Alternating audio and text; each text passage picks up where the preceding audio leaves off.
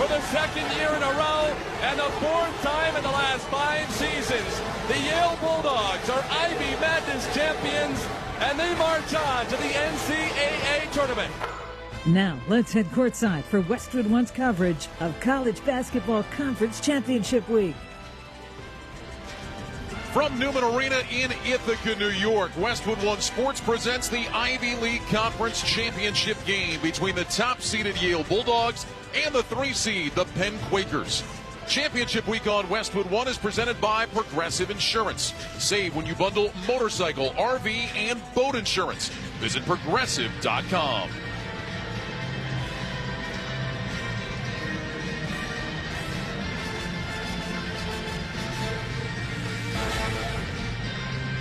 Hi, everybody. Along with Kim Adams, I'm Ryan Radke. Amy Lawrence will join us shortly from our Westwood One studios. There are 5 more automatic bids to be handed out today. We've got the first of those 5 here in Ithaca. Yale, the number 1 seed, looking to win their 3rd straight Ivy League tournament title and be one of the scary teams in the bracket reveal in a couple of hours. Penn is the 3 seed. The Quakers would like nothing more than to spoil Yale's season and earn their first bid to the Big Dance since 2018 at the same time.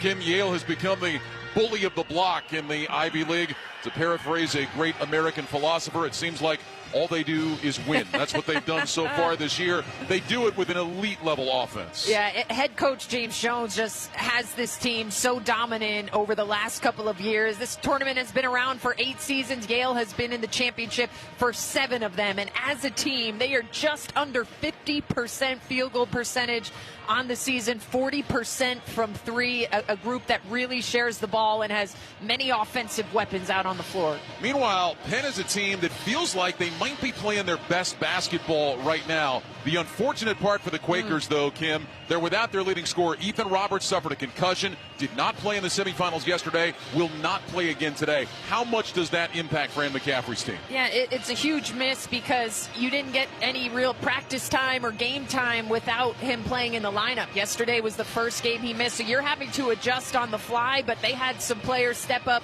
yesterday in the semifinals, and this is a Penn team who I don't think anyone expected to be here. They were 7th in the Ivy last year. They were picked 7th in the preseason poll, but Fran McCaffrey in year 1 has this Quakers team rolling right now. They've won 8 of 9. Coming up, it is the Ivy Madness title game between the top seed Yale and the 3-seed Penn. But when we return, Amy Lawrence joins us from our studios. You're listening to the Ivy League Men's Championship on Westwood One.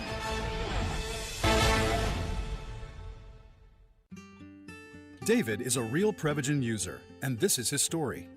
Nice to meet you. My name is David. I've been a pharmacist for 44 years, and I'm from Flowery Branch, Georgia. When I first started taking Prevagen, I noticed stuff just seemed to come together and fit like a jigsaw puzzle. When I have customers come in, I recommend Prevagen. Number 1, because it's safe and effective, does not require a prescription. And I've been taking it quite a while myself, and I know it works. I wouldn't recommend something like Prevagen if I didn't think it was worth it because it works so good for me. And I love it when the customers come back in and tell me, David, that really works so good. Makes my day. Prevagen, at stores everywhere without a prescription. This product is not intended to diagnose, treat, cure, or prevent any disease. Testimonialist was compensated for their time. In basketball, there is no certainty every three-pointer will go in, or that every ref call will go your way. Your team won't get every rebound, block every shot, beat every buzzer, or win every game. Simply put, there are no guarantees in basketball, but there can be in retirement with TIAA, where you can lock in the win and get a guaranteed monthly retirement check for life. Insuring today, securing tomorrow. TIAA. Learn more at TIAA.org. People at work supported me while I was going through treatment by not treating me like somebody who was going through treatment. Treatment sucks. Cancer sucks. Being engaged with work really helped to, I just knew I was going to beat this thing. Research shows there is a significant connection between the ability to continue to work and cancer recovery. We can make work a better place for healing. Learn more and sign the pledge at workingwithcancerpledge.com.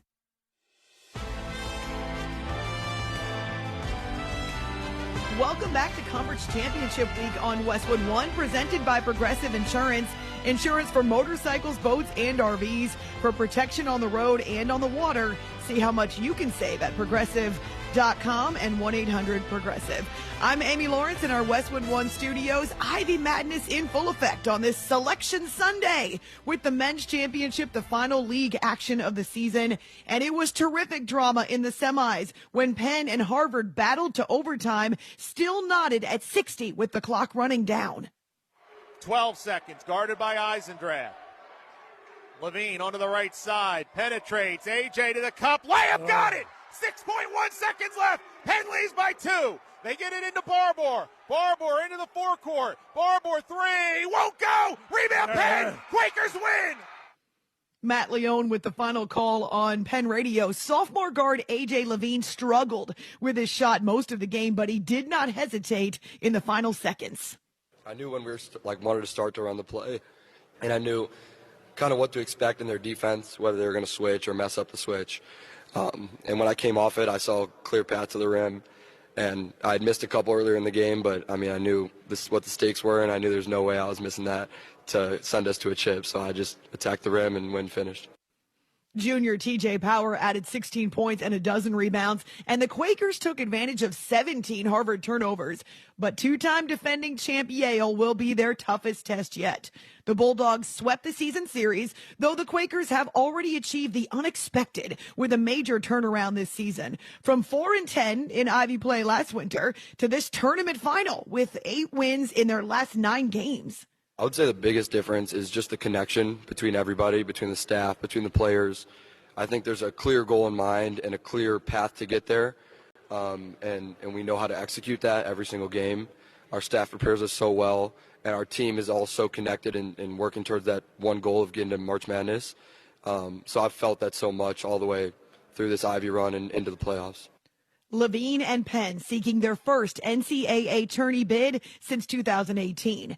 In the other Saturday semi, Yale led wire-to-wire over Cornell. Sophomore Isaac Seliskar with a career-high 27 points on 12 of 16 shooting, and he shared one key to their success. Honestly, just paying attention to every little detail, taking a scout and putting it into the game. Tomorrow is going to be a tough game. We all know that, and we just got to pay attention to every little detail, play defense, and, just go out there and win, play hard. Seliskar so critical in the middle. More than half of Yale's points against Cornell were in the paint. And the Bulldogs' 24 wins this season are a new high mark under longtime head coach James Jones. I told the guys before the game that we've been here before. We know what this is. And, guys like Nick and Isaac, who were huge parts, and Sampson and Casey, that were huge parts of our team last year, winning the championship. All those guys are back. So I think the nervousness that you might have is a little different than the first time through. We feel good about what we've been able to do with our program. We've been very fortunate. We played in this championship game every year it's had its existence except for the first year. So we feel pretty good about it, and hopefully we can bring home another championship. Jones and his team aim to punch their ticket to March Madness for the 5th time in 6 years. It is Selection Sunday. We are moments away from tip-off at Newman Arena. So coming up next, we'll get you back to Ithaca for the keys to the game. This is Westwood One's coverage of the Ivy League Men's Championship. I was in the hospital with my son for 18 months. When he got injured, I wasn't prepared, but I knew I had to be strong. When I was told about John's injury, I was in complete shock. I just remember rushing into his room and giving him a big hug and letting him know I was there. These veterans and families are just a few of the heroes we serve at Homes for Our Troops. For thousands of severely injured veterans, everyday life is filled with barriers. It was really the little things throughout the house. Counters that you can't roll up to. How to drag my wheelchair down steps. I want to help, but he is so determined. At Homes for Our Troops, we build specially adapted custom homes with features like wheelchair access, roll-in showers, and automatic door openers that allow them to function independently and focus on their recovery and family. This house is freedom. It's hope. It's a new beginning. This house has given me my family back. To learn more, visit hfotusa.org. Being an Army Ranger is a very fast-paced lifestyle. I was clearing a weapons cache in Haditha, Iraq, when the building collapsed on me, burying me alive. I spent 6 months in the hospital and a year of recovery. When I was separated from the military, I just felt like I was useless because I only had this one thing that I was supposed to do, and then that one thing was taken away from me. And then one day, I got a call from Wounded Warrior Project. They asked me to come to a workout, and I decided that I was going to get better, both physically and mentally. Now I'm a warrior leader. I create events and opportunities for other veterans locally. Wounded Warrior Project did a phenomenal job reminding me that my injuries aren't going to define who I am. And because of that, I can do anything that I want. See how we help warriors combat stigma at woundedwarriorproject.org/combat stigma.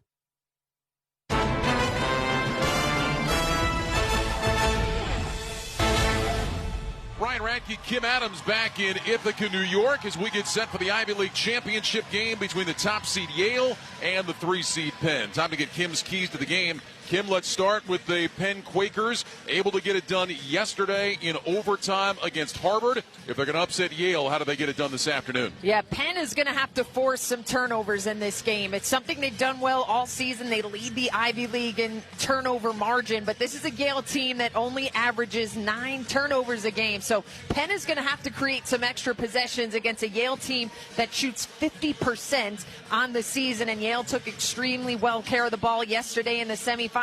Just 7 turnovers, and on the contrary, Penn was able to force 17 against Harvard, and again, that game came down to the final shot. And then for Penn, I think they need a big-time performance out of TJ Power, their all-Ivy first-teamer, who's had an excellent first season in the Ivy League, especially because Penn is going to be without Ethan Roberts, their leading scorer on the season, for the second straight game.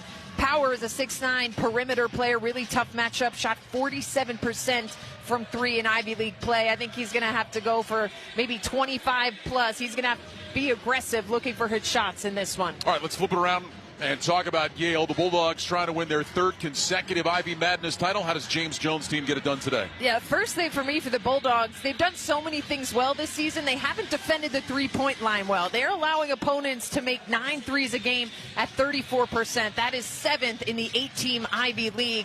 Cornell hit 11 threes yesterday. They are a high-volume three-point shooting team, but Penn was 10 of 19 from deep in the most recent meeting between these two teams. TJ Power and Michael Zanoni combined for 8 threes in that game, and Penn is top 20 in the country, shooting 38% from 3. And then Yale needs to continue to get great scoring balance, three-point shooting, and the interior. It's something they did yesterday. They made 10 threes. They were plus 12 points in the paint, and they didn't shoot the 3 exceptionally well against Penn in the last meeting, but they were able to have a 14-point advantage in the paint, so I think they need to continue to get that balance. The opening tip-off between the top seed Yale and the 3-seed Penn is coming up. You're listening to the Ivy League Men's Championship on Westwood One. Hey, sports fans, Kevin Kugler here, sportscaster for college basketball. And I have a special announcement from Five Guys. They know no bracket is safe this tournament season and want you to be prepared.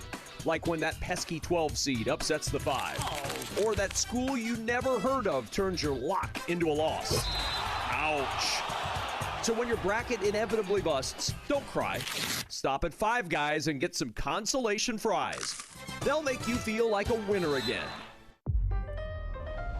Your ambition just met its match with Robinhood. You push yourself in everything you do, scanning headlines for insights, keeping an eye on the market.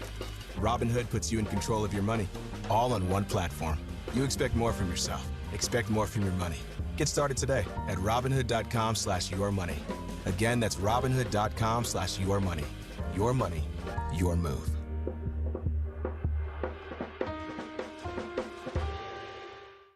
Greg is a real Prevagen user, and this is his story. Hi, I'm Greg. I'm not an actor. I'm just a regular person. 8 years ago, I just didn't feel like I was on my game. I started taking Prevagen, and I want people to know that Prevagen has worked for me. Give it a try. I want it to help you just like it has helped me. Prevagen, at stores everywhere without a prescription. This product is not intended to diagnose, treat, cure, or prevent any disease. Testimonialist was compensated for their time. Class, today we're talking NCAA championships and life lessons. Schoolwork got you stressed? Feeling overwhelmed? Need a place to unleash a quick, hearty yell? Yes! You gotta get off the couch and join thousands of screaming fans for a heart-pounding in-person to believe NCAA championships. Attendance is encouraged. Passion is mandatory. Buy your seats today at ncaa.com/tickets. Will this be on the test? Oh, sweet child. This is the test. Back in Ithaca, New York, before we check the starting lineups, let's pause 10 seconds for station identification. This is Westwood One, your home for NCAA March Madness.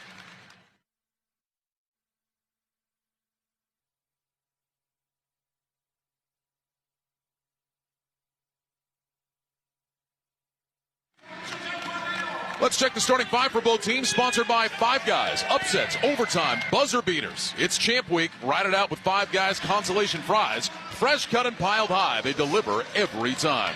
First for the Yale Bulldogs, 24-5. They were 11-3 in Ivy League play. They are the number one seed. In the backcourt, Trevor Mullen, 6'1 junior from Massachusetts, joined by Casey Simmons, 6'7 senior from Massachusetts, the Ivy League Defensive Player of the Year, and Isaac Seliskar, 6'6 sophomore from Florida, career high 27 against Cornell in the semifinals. Up front, Nick Townsend, 6'7 senior from New York. He is the Ivy League Player of the Year, and the man in the middle is Samson Alaton, a 6'10 junior from Dallas. Head coach James Jones in his 26th year, a record of 442 and 324. Now the starting lineup for the Penn Quakers, 17-11 on the season. They went 9-5 in Ivy League play. They are the number 3 seed. In the backcourt, A.J. Levine, 6' sophomore from Illinois. He had the game winner in overtime against Harvard yesterday, joined by Michael Zanoni, 6'5 senior from Charlotte, and Cam Thrower, a 6'3 senior from Southern California. Up front, TJ Power. He's a 6'9 junior from Massachusetts, first team all Ivy League selection. A double-double yesterday with 16 and 12. And in the middle, it's Augustus Gerhardt, a 6'9 junior from Pennsylvania. Head coach Fran McCaffrey in his 30th season as a D1 head coach, a record of 565 wins and 395 defeats. Officials for today's game, Evan Burrows, Nathan Farrell, and Nathan Hall. Yale looking for their third consecutive Ivy Madness title. Penn trying to win it for the first time since 2018. Yale in the home whites, trimmed in the navy blue. Penn is in the navy blue uniforms, trimmed in red. Alaton against Gerhardt to get us going here this afternoon in Ithaca. Official steps into the center circle in between the two bigs. The basketball is in the air. The tap is controlled by Yale. Bulldogs have it first, moving left to right here in the opening 20 minutes. Mullen handling. He'll hand it off for Simmons. Up top to Townsend beyond the three-point line. Puts it on the deck, dribbles over on the right side. Hand it off for Mullen again. All the way over to the left. Bounce it down to Simmons. Left to the lane, backing his way in. Gets to the middle, into the restricted area, right to the rim to flip it up and in. And Yale is taking a 2-0 lead. Good intention to get Simmons involved early. He had just 5 points yesterday in the semifinals. And runs it back quickly. Here's Levine driving left into the paint. Stops inside the free throw line. Turns, pump fakes, needs some help. Out to Zanoni between the circles. Works right off the screen from Power. Zanoni back up top to Power. Open look at a 3 over Townsend. It's on the way and short. That one went about 19 feet out of bounds. It'll be Yale basketball. And we mentioned they're going to look to get TJ Power going. That one was short of the rim, but they put him in a pick and pop situation. Yale certainly can't lose him in ball screen situations. Ball across the timeline, up top to Townsend, swinging to Simmons over on the left, dribbles right inside the free throw line, stops there, finds Mullen on the right wing. Mullen backs the dribble up, looking, makes the pass on the right side. They'll dump it into Townsend, right of the lane, 15 feet away, posted against Zanoni, backing his way in, stops at the mid-post, finds a cutting Simmons, down to the right block, no shot for him. Out to Townsend, shot clock is at 8. Up top to Seliskar. Seliskar top of the key, dribbling right, puts a shoulder down, creates space, 15-foot jumper, back of the rim, no good, and Power is there for the Penn rebound. Here come the Quakers up the right side of the floor. TJ Power, former Duke Blue Devil, former Virginia Cavalier. Gets it over to Zanoni, high on the right side, it goes to Thrower. Dribbles down to the right corner, he's got a switch, Alaton is on him, dribbles into the paint, fakes, turns, fadeaway, blocked by Alaton. Excellent defense by the Yale big. Off it goes to Simmons up the right side for the Bulldogs. Simmons dribbling left, finds Townsend out top. Swinging to Mullen left wing, he'll launch the 3. Off the side of the rim, no good. And the rebound yanked down inside by Power again for Penn. 2-0 Yale on top, 18-15 to go here in the first half. Power dribbling left, matched against Townsend. Has it left to the lane. Power trying to work his way in against the Ivy League Player of the Year. Now goes up top to Levine. Dribbling left inside the elbow. In the paint. Stops. Fades. Fires from 8. Left it short. Seliskar picks up the rebound for the Bulldogs. Up ahead it goes to Townsend. Townsend will give it to Simmons on the right. Simmons driving down to the right block. Puts up a one-handed shot. It's an air ball. Too strong. Seliskar the offensive rebound. Top to Townsend. Steps into a 3 and knocks it in. And it's 5-0 Yale. And the kick out to Townsend at the top of the key. He shot 47% from 3 on the season so far. Here's Power left wing rainbowing a 3. That one is short off the rim. Rebound tipped. It's out of bounds. It was last touched by Penn. It'll be Yale ball. Yeah, Nick Townsend did not have enough makes or attempts to qualify for the national leaderboard, but the three-point numbers, as you point out, Kim, have been staggering this year for Townsend. When he shoots them, they're going in half the time. Yeah, I mean, he's a player that can really hurt you from anywhere on the floor. He likes that back you down post up, but the three-point production has really made him difficult to defend this season. Mullen dumping into Townsend. He's got it right in the lane, trying to back his way in against Power. Spins to the baseline, lost the ball, gets it back. Now poked away by Power and picked up by Levine. Pan on the run. Levine hesitation dribble down the left side, lowers his shoulder, puts it up. Alaton is there to block the shot out of bounds, make it Seliskar. And it'll be Penn ball, baseline left. Second block shot so far in the game for the Bulldogs. Levine to inbound baseline left, get it to Gerhardt, hand it back to Levine. Up top it goes to Zanoni. Pulls it back out between the circles, makes the pass high on the right side to Thrower. Over to TJ Power on the right, drives inside, jump stop on the block, flips it up with the left and scores 2. TJ Power with the first bucket for Penn. It's a 5-2 Yale lead. Multiple times now, Yale has lost Power on the pick and pop. He caught it on the three-point line and then ripped and went to that right side. There was no help. Simmons dribbling left, turns the corner down to the block, double team, kicking out Seliskar beyond the three-point line. Up to Townsend now on the left slot. Townsend takes a dribble, waiting for some help. Lets the traffic clear, hands it off to Seliskar. Seliskar dribbling right, goes behind his back left, gets inside of the bucket. A lot of contact, no call. Missed the shot, ball loose on the deck. Picked up by Zanoni for Penn. Off it goes to Levine. Quakers up the left side of the floor. Top to Zanoni. He'll launch a quick 3. That's good. It'll tie the game at 5. Penn responds with 5 quick to knot it up with 16-19 to go in the first. Zanoni was just trailing the play. They tossed it back to him right at the top of the key. He and Power, you can't leave them alone on the three-point line. Mullen with the top of the key. Get it over on the left slot to Townsend. Townsend dribbles over on the left. Lets Seliskar clear through. Drop it down to Alaton. Left of the lane, working against Gerhardt. Alaton puts it on the deck, trying to back his way in. Can't really move the defender. Puts it up over Gerhardt. Spins it out, no good. There's Power for his 3rd rebound of the game. On the move into the front court. Quakers a chance to take the lead. Power with it above the left elbow. Get it out high right to Levine. Back to Power in the left slot. Takes a dribble. Gets it to Thrower. Top of the key 3 ball. On the way and good. 8 straight for Penn, and the Quakers lead 8-5. Another pick and pop situation where Yale is sending 2 with the ball handler, and Penn is making them pay by hitting the screener for the 3. Townsend with it above the right elbow. Handed off Mullen. Dribbling left. Stops at the elbow. And they're going to call, a foul that's going to go against Levine. Mullen left his feet. One official looked like he was going to call a jump ball, but they're going to get the foul against Levine. It'll be his first, the first against Penn, and it will bring us to a timeout. With 15:29 to go in the first half, Penn leads Yale by a score of 8-5. This is Westwood One's coverage of the Ivy League Men's Championship. The strength of America, our values, our way of life hasn't just been won on the battlefield. It's won every day in our communities when we come together, extending hands of compassion, service, and hope to those who need it most. For over 100 years, the American Legion has been strengthening communities across our nation by providing life-saving help and support to our veterans and neighbors during times like we're facing today. It's what the Legion's all about. From blood drives to distributing food, from responding to emergencies and protecting the most vulnerable among us. Our mission is making America's communities stronger. We are one family, and therefore we care. We are the American Legion, veterans strengthening America. To learn how you can help, visit legion.org. Audubon began with birds. Birds so beautiful that they were hunted to near extinction. But as birds disappeared from nature, people rallied to save them. Working together, they helped birds rebound. Eagles and puffins, pelicans and condors all bounced back to once again thrive in the wild.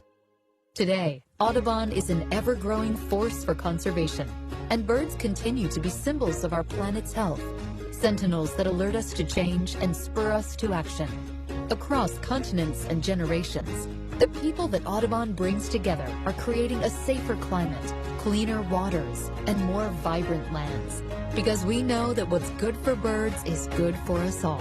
For more than 120 years, Audubon has recognized the power of birds to unite and inspire, and the power of people to do extraordinary things. Visit audubon.org to learn more and to join us. Back in Ithaca, where it's time for the Liberty Mutual Fact of the Game. Liberty, liberty, liberty, liberty. Liberty Mutual customizes your auto and home insurance so you only pay for what you need. Now, Penn head coach Fran McCaffrey is looking to make a little history today. If Penn wins, McCaffrey would become just the 5th head coach to bring 5 different teams to the NCAA tournament. He would join Rick Pitino, Tubby Smith, Lon Kruger, and Steve Alford on that list. And if Penn is going to get there, Kim, you said they were going to have to hit some threes. They've knocked down a couple already in the midst of this 8-0 run. Yeah, and all of their buckets have been assisted so far. The threes have come off of pick and pops. We'll see if Yale adjusts to that, because so far they have left the screener wide open, and it's really allowed for all of Penn's buckets. And then on the other side, Penn has already forced 2 turnovers. Again, this Yale team only averages 9 per game on the season. Yale ball baseline left. Mullen looking to get it in. Throws it out deep where it's caught by Selisgar. Jordan Braithwaite is in for the first time, 6'4" sophomore. Mullen's going to launch a 3 from the left wing. That's short, and Zanoni has the Penn rebound. Up to Levine, he'll race it into the front court. Top to thrower, stepped into it, didn't want the 3, throws it inside to Gerhardt. The foul is going to go against Nick Townsend. He picks up his first team foul against the Bulldogs.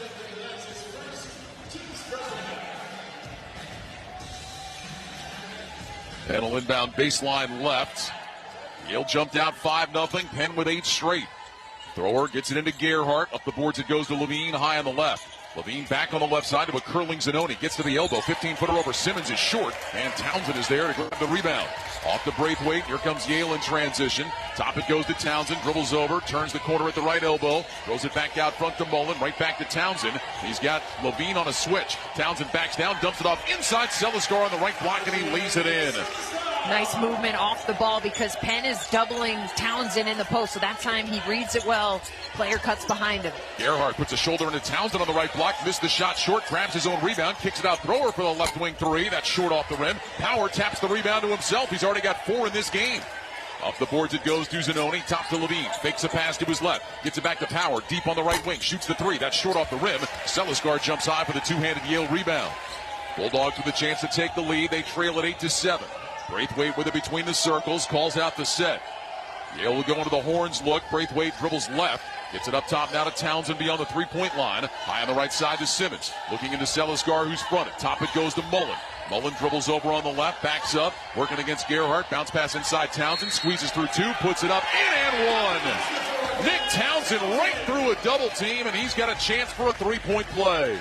Nick Townsend very accustomed to seeing double teams. Sometimes he's been kicking out of it, but that time he goes into his move so quickly, splits the defense, and able to get it to fall through while taking some contact. Foul against Zanoni, his first. He'll check out, and Jay Jones into the ball game for the first time. Champion has a ring to it. Herff Jones is the official championship partner of the Ivy League. Every season has a story. Let Herff Jones celebrate yours with an official championship ring. Visit champsforever.com to get started.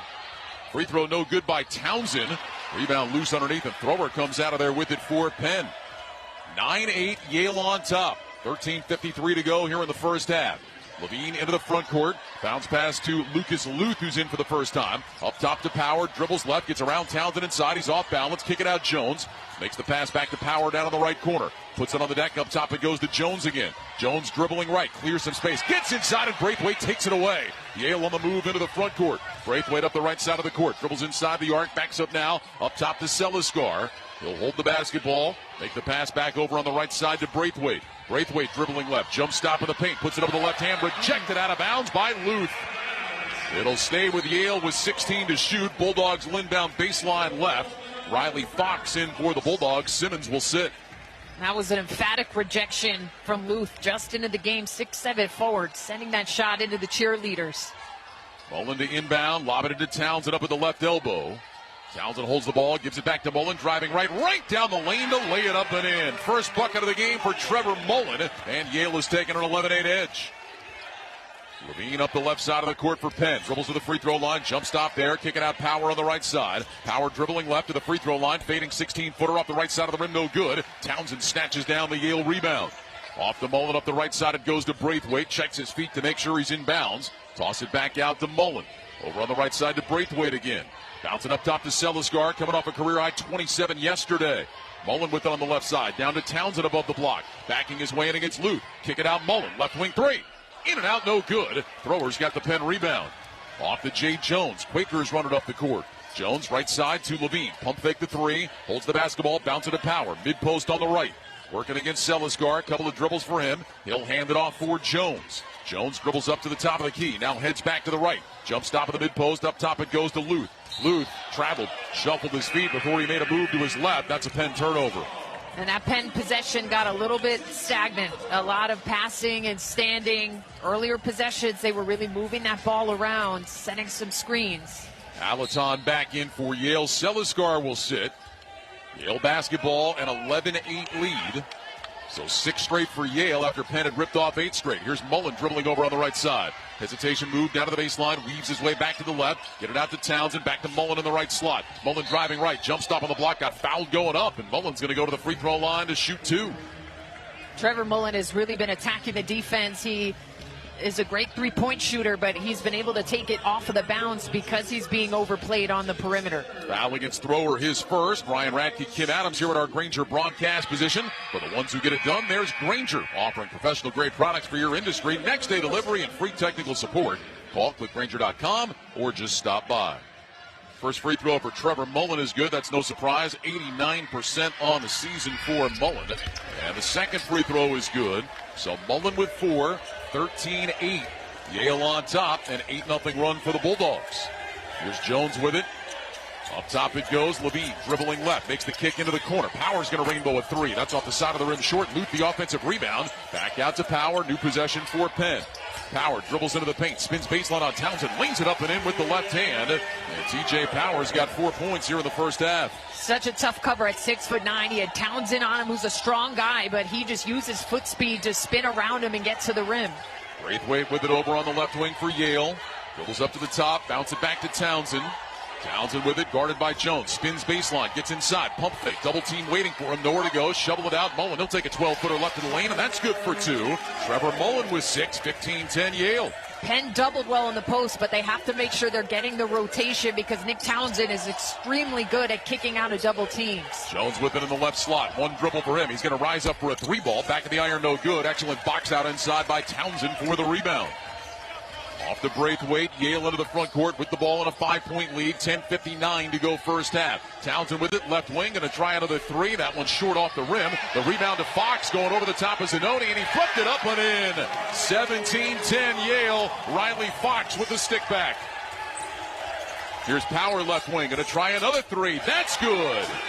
Quick response from TJ Power. He's got 7. 17-13, Yale's lead at 4. There's such a smoothness to his game, and you have to be there with him on the catch. Mullen driving left, gets to the bucket, lays it up with the left hand and scores 2.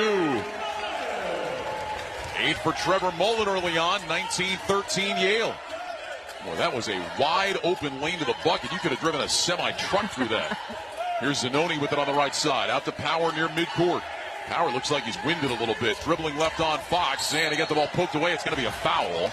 Mullen came from the weak side. The foul is going to be against Mullen. That'll be his first, and it will bring us to a timeout. With 10:08 to go here in the first half. Yale 19, Penn 13. You're listening to the Ivy League Men's Championship on Westwood One.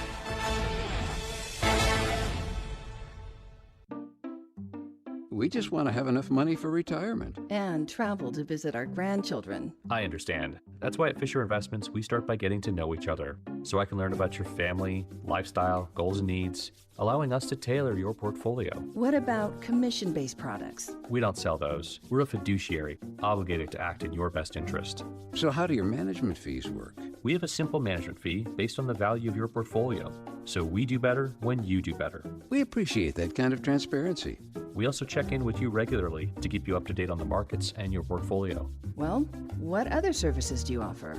As a client, you have access to resources on investing, financial planning, estate planning, Social Security, Medicare, and more. Wow, sounds like Fisher Investments has everything we need. At Fisher Investments, we're clearly different. Learn more at fisherinvestments.com. Investing in securities involves the risk of loss. A small business affirmation from Progressive. Plumbers, today will be a good day. You will be profitable. Your clients will be nice. No one will stand over you and tell you how to fix the thing they actually hired you to fix. You will also feel at peace after switching to Progressive, America's #1 commercial auto insurer. See if you can save in as little as 8 minutes at progressivecommercial.com. Progressive Casualty Insurance Company and Affiliates, #1 commercial auto insurer from the NAIC's 2024 National Premium Data. You can stream every Westwood One basketball game for free, sponsored by LinkedIn Ads. Stop wasting ad budget on the wrong audience. LinkedIn Ads puts your message in front of the right decision makers. Spend $250, get $250. Go to linkedin.com/college basketball. Terms apply. And for a live stream, go to westwood1sports.com or download the Westwood One Sports app today.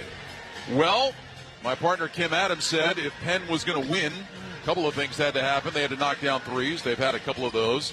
She also said TJ Power was going to have a big game. TJ Power's already gotten 8 shots up in the first 10 minutes of this game. He's got 7 points. Penn down by 6. Yeah, he's gone 3 of 8, but I think all of his shots have been good ones. That's the volume that Penn is going to need from him throughout this game. Make it 9 shots. Power from the left corner hits again, and he's got 10. So after a slow start, TJ Power picking it up. It's a 19-16 Yale lead. Here's Braithwaite with it, up top to Townsend between the circles. Hand it off for Mullen. Right side Braithwaite, dribbling down, stops at the baseline, fading 10-footer is up and in for Jordan Braithwaite. His first bucket of the game, 21-16 Yale. Levine into the front court. Hides behind a loose screen out front, lob it down low. Catch made by Scantlebury, who's in the ballgame for the first time. Dalton Scantlebury, 6'9 freshman from Chicago. Here's Levine with it out front. He'll rise up for a top of the key 3. Off the right side of the iron, no good. Alaton, the Yale rebound. Finds Braithwaite, and he'll bring it up the right side of the floor for the Bulldogs. Braithwaite briefly double-teamed out front, backs the dribble up, get it up to Townsend. Townsend will drop it off for Riley Fox over on the left side. Back it goes to Townsend in the slot. Pitch it back to Fox. Dribbles to the free throw line. Get it to Townsend, rolling down the left side. Laid it up and in. Penn is switching screens on the perimeter. Nick Townsend set the screen and then found space on the roll to free up that 2. 23-16 Yale. Townsend with 7. Here's Zanoni rising up for a deep jumper from the left wing. Off the right side of the rim, no good. Alaton the rebound. Yale with the ball on top by 7. Braithwaite with it high on the right side. Up top it goes to Townsend. Over on the left to Mullen. Mullen puts it on the deck. Got Power on him. Driving right. Puts a shoulder down into the paint. Surrounded by 3 defenders. Drop it off. Townsend puts it up and he's fouled. He's going to go to the free throw line to shoot 2.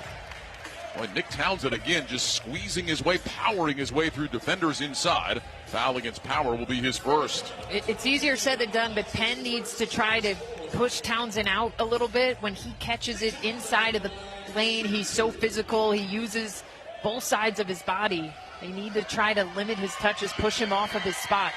Townsend, 78% free throw shooter, rims in the first. NCAA March Madness action is almost here. Watch the selection show coming up tonight on CBS. See where your team is headed and reserve your seats at ncaa.com/MBB tickets. One more free throw for Townsend, the Ivy League Player of the Year. Averages 16 points, 7 rebounds. Second straight Yale player to claim Ivy Player of the Year honors. Bez Mbang did it last year. And Mbang just made his NBA debut with the Utah Jazz as Townsend makes both. That gives him 9 points and increases the Yale lead to 25-16. What I like about Townsend is he also leads this Yale team in assists. More than 4 assists per game. He's really good at reading those double coverages that he sees in the post. Here's Levine working his way inside, and he is roofed inside by Alaton. Coming over from the weak side. Devin Arlington in for the first time for Yale, 6'3 senior from San Marcos, California. Substitutions, Jay Jones back in, A.J. Levine will sit. Penn basketball, baseline right.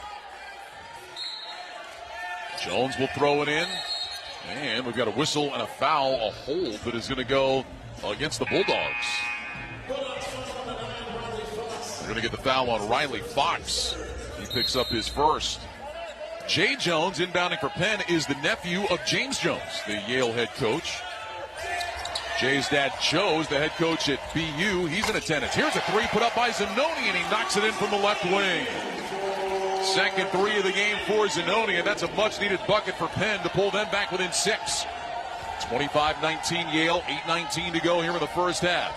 Arlington handling for Yale, makes the pass to Simmons over on the left. Bounce pass to Selisgar above the free throw line. Rips it through, dribbles on the right, turns the corner on Luth, down to the baseline, kicking out Fox beyond the three-point arc. Dribbling left, nowhere to go, up top to Simmons. Handed back to Fox. Fox dribbling left, push off to create space, leans in, puts up a wild shot, no good. Power there, and has the Penn rebound. Power will bring it up the left or the right side himself. Power all the way to the bucket, scoops it up and flipped it in. He got himself off balance, just kind of threw it up and it went. Power's got 12. He took it himself coast to coast through multiple defenders. Arlington inside for Alaton. That's deflected out of bounds by Scantlebury. They're going to say it hit Alaton going out of bounds. I think James Jones wants to review this. Yeah, Jones has made the signal that he wants to challenge this call. Alaton was adamant the ball did not touch him. So the officials will take a look as we step aside with 7 minutes and 41 seconds to go in the first half. It's Yale 25, Penn 21. You're listening to the Ivy League Men's Championship on Westwood One. When I wake up the best mornings in the morning light, start with Wrangler. I put on my jeans and I feel all right. Jeans, jackets, and shirts that get your day started. Good mornings make for better days. Wrangler, for the ride of life. What's the impact of hiring the right person for the job? Someone who simply doesn't fill a role but elevates it. Indeed Sponsored Jobs can help you connect with candidates who have the right experience and a proven track record. Find people who don't just complete tasks, they transform how work gets done. Don't leave hiring to chance. Sponsor your job posting on Indeed and match with the right candidates. Sponsor your job at Indeed.com/credit. In basketball, there is no certainty every three-pointer will go in, or that every ref call will go your way. Your team won't get every rebound, block every shot, beat every buzzer, or win every game. Simply put, there are no guarantees in basketball, but there can be in retirement with TIAA, where you can lock in the win and get a guaranteed monthly retirement check for life. Insuring today, securing tomorrow. TIAA. Learn more at TIAA.org. When I wake up the best mornings in the morning light, start with Wrangler. I put on my jeans and I feel all right. Jeans, jackets, and shirts that get your day started. Good mornings make for better days. Wrangler, for the ride of life.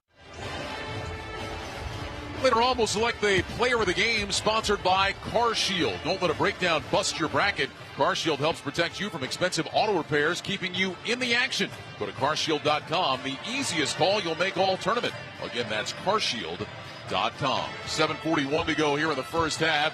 Yale 25, Penn 21. Officials reviewing to see who the ball went off of before the timeout. The ruling on the floor was Penn ball. And James Jones, the Yale head coach, has challenged that. We've been talking about TJ Power, Kim. One of your keys was he was going to have a big game. It was a slow start. His first shot was an air ball.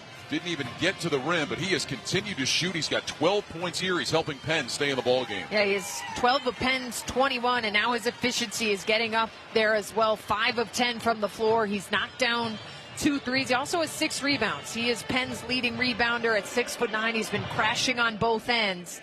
And he's just such a tough matchup at 6'9" because he's a player who could shoot it at a high percentage from 3, but he can also snake through a defense. He can post up. We've seen him do all of those things here in the first half.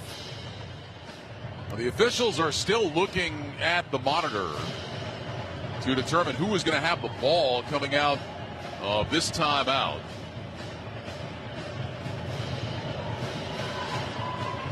This is the second extremely lengthy review we have had in this tournament. Now the officials are coming over by television. I don't know that the monitor was working properly, and so they've come over just to the left of us where the TV crew is, and I think they're asking to look at their monitor. They're asking the talent to forward ahead the replays. I don't think they have the capability of doing that. They're going to have to put on a headset and talk to the truck.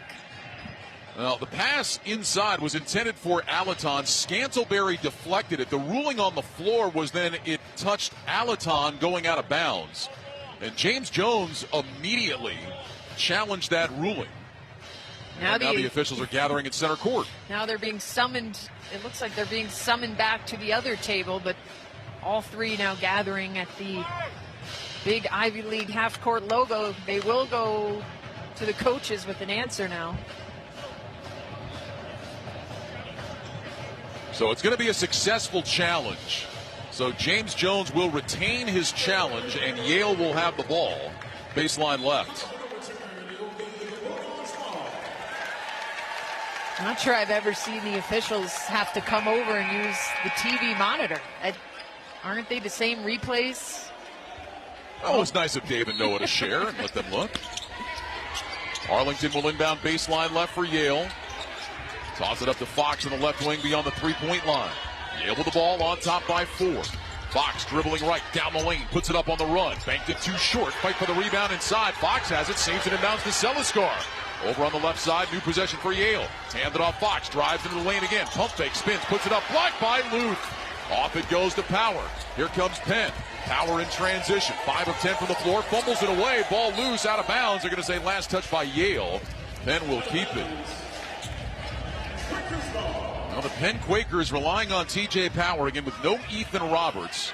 Leading their team 4th in the Ivy League in scoring, but Roberts suffered a concussion before the tournament and has not been able to play.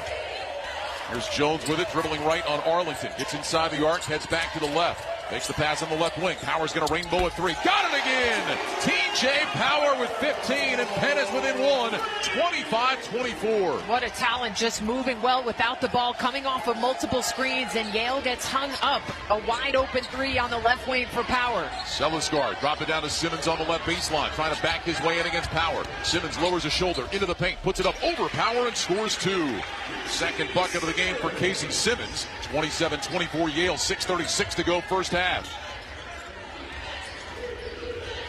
Jones get it to Scantlebury, handed off Power, dribbles down to the left baseline, fadeaway 18-footer, up and in! Suddenly Power cannot miss! He's got 17, 27-26 Yale. Simmons driving right, gets down to the block, stops there, throw it back out front, Arlington. Arlington up top to Celiscar, over on the left side to Fox. Fox with it beyond the three-point line, bounce it down to Celiscar, left of the lane, 15 feet away, working against Luth.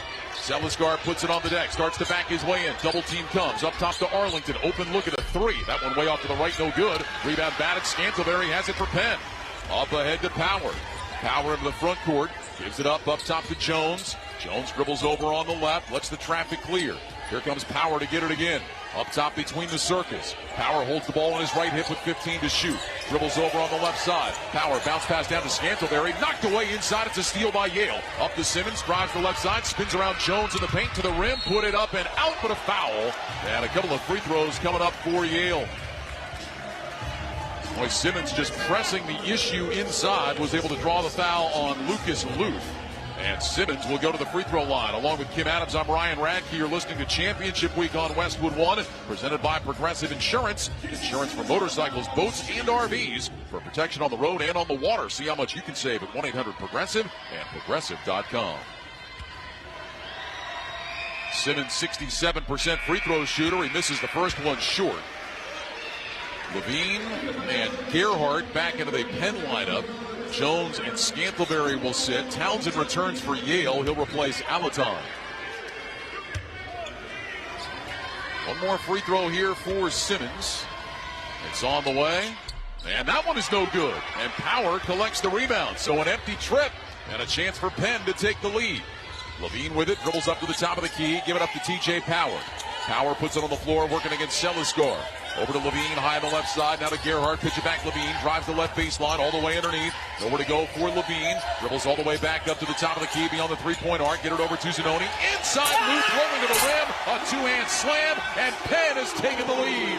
28-27 Quakers. Screen and roll action on the right side. The defense was focused on power on the left and forgot about the ball side action. Townsend will hand it off to Fox. Dribbling left, jumps down to the free throw line. Out to Seliskar, left wing. Rainbows a three and drops it in. 5 for Seliskar, and Yale back in front. It's a 30-28 Bulldogs lead. Snaps a 10-2 Penn run. Yale would love to get him going. A slow start after having a 27-point performance in the semis yesterday. Power gets it to Zanoni. Inside to Gerhardt. Threw it over his head and out of bounds. That'll be Yale ball. And Zanoni giving himself a little pep talk, almost like he was saying to himself, calm down.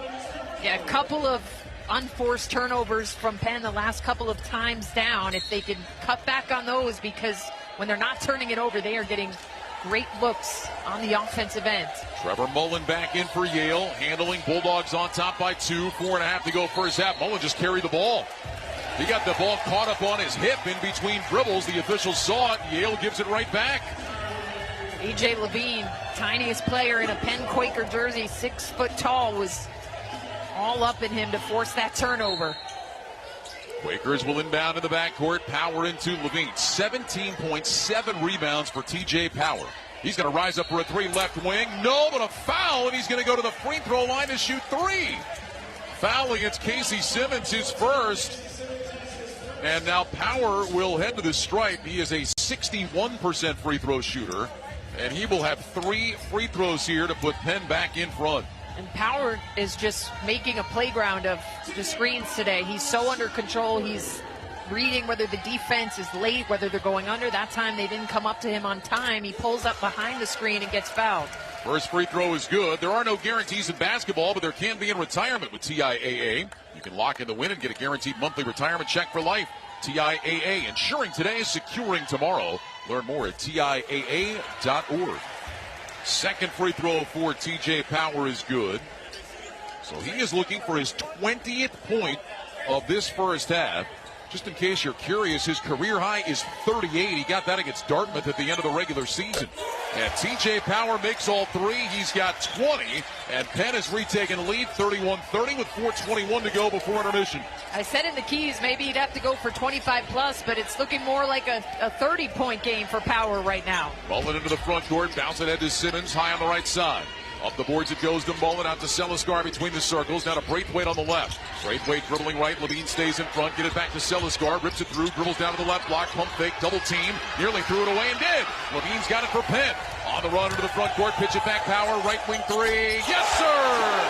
23 for T.J. Power. And Penn leads 34-30. It's an 18-4 Quaker run. And a timeout taken by Yale, with 3 minutes and 44 seconds to go in the first half. And T.J. Power has powered Penn in front by 4. We'll step aside. You're listening to the Ivy League Men's Championship on Westwood One.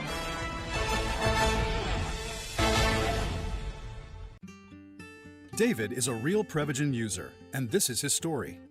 Nice to meet you. My name is David. I've been a pharmacist for 44 years, and I'm from Flowery Branch, Georgia. When I first started taking Prevagen, I noticed stuff just seemed to come together and fit like a jigsaw puzzle. When I have customers come in, I recommend Prevagen. Number one, because it's safe and effective, does not require a prescription, and I've been taking it quite a while myself, and I know it works. I wouldn't recommend something like Prevagen if I didn't think it was worth it, because it works so good for me. And I love it when the customers come back in and tell me, David, that really works so good. Makes my day.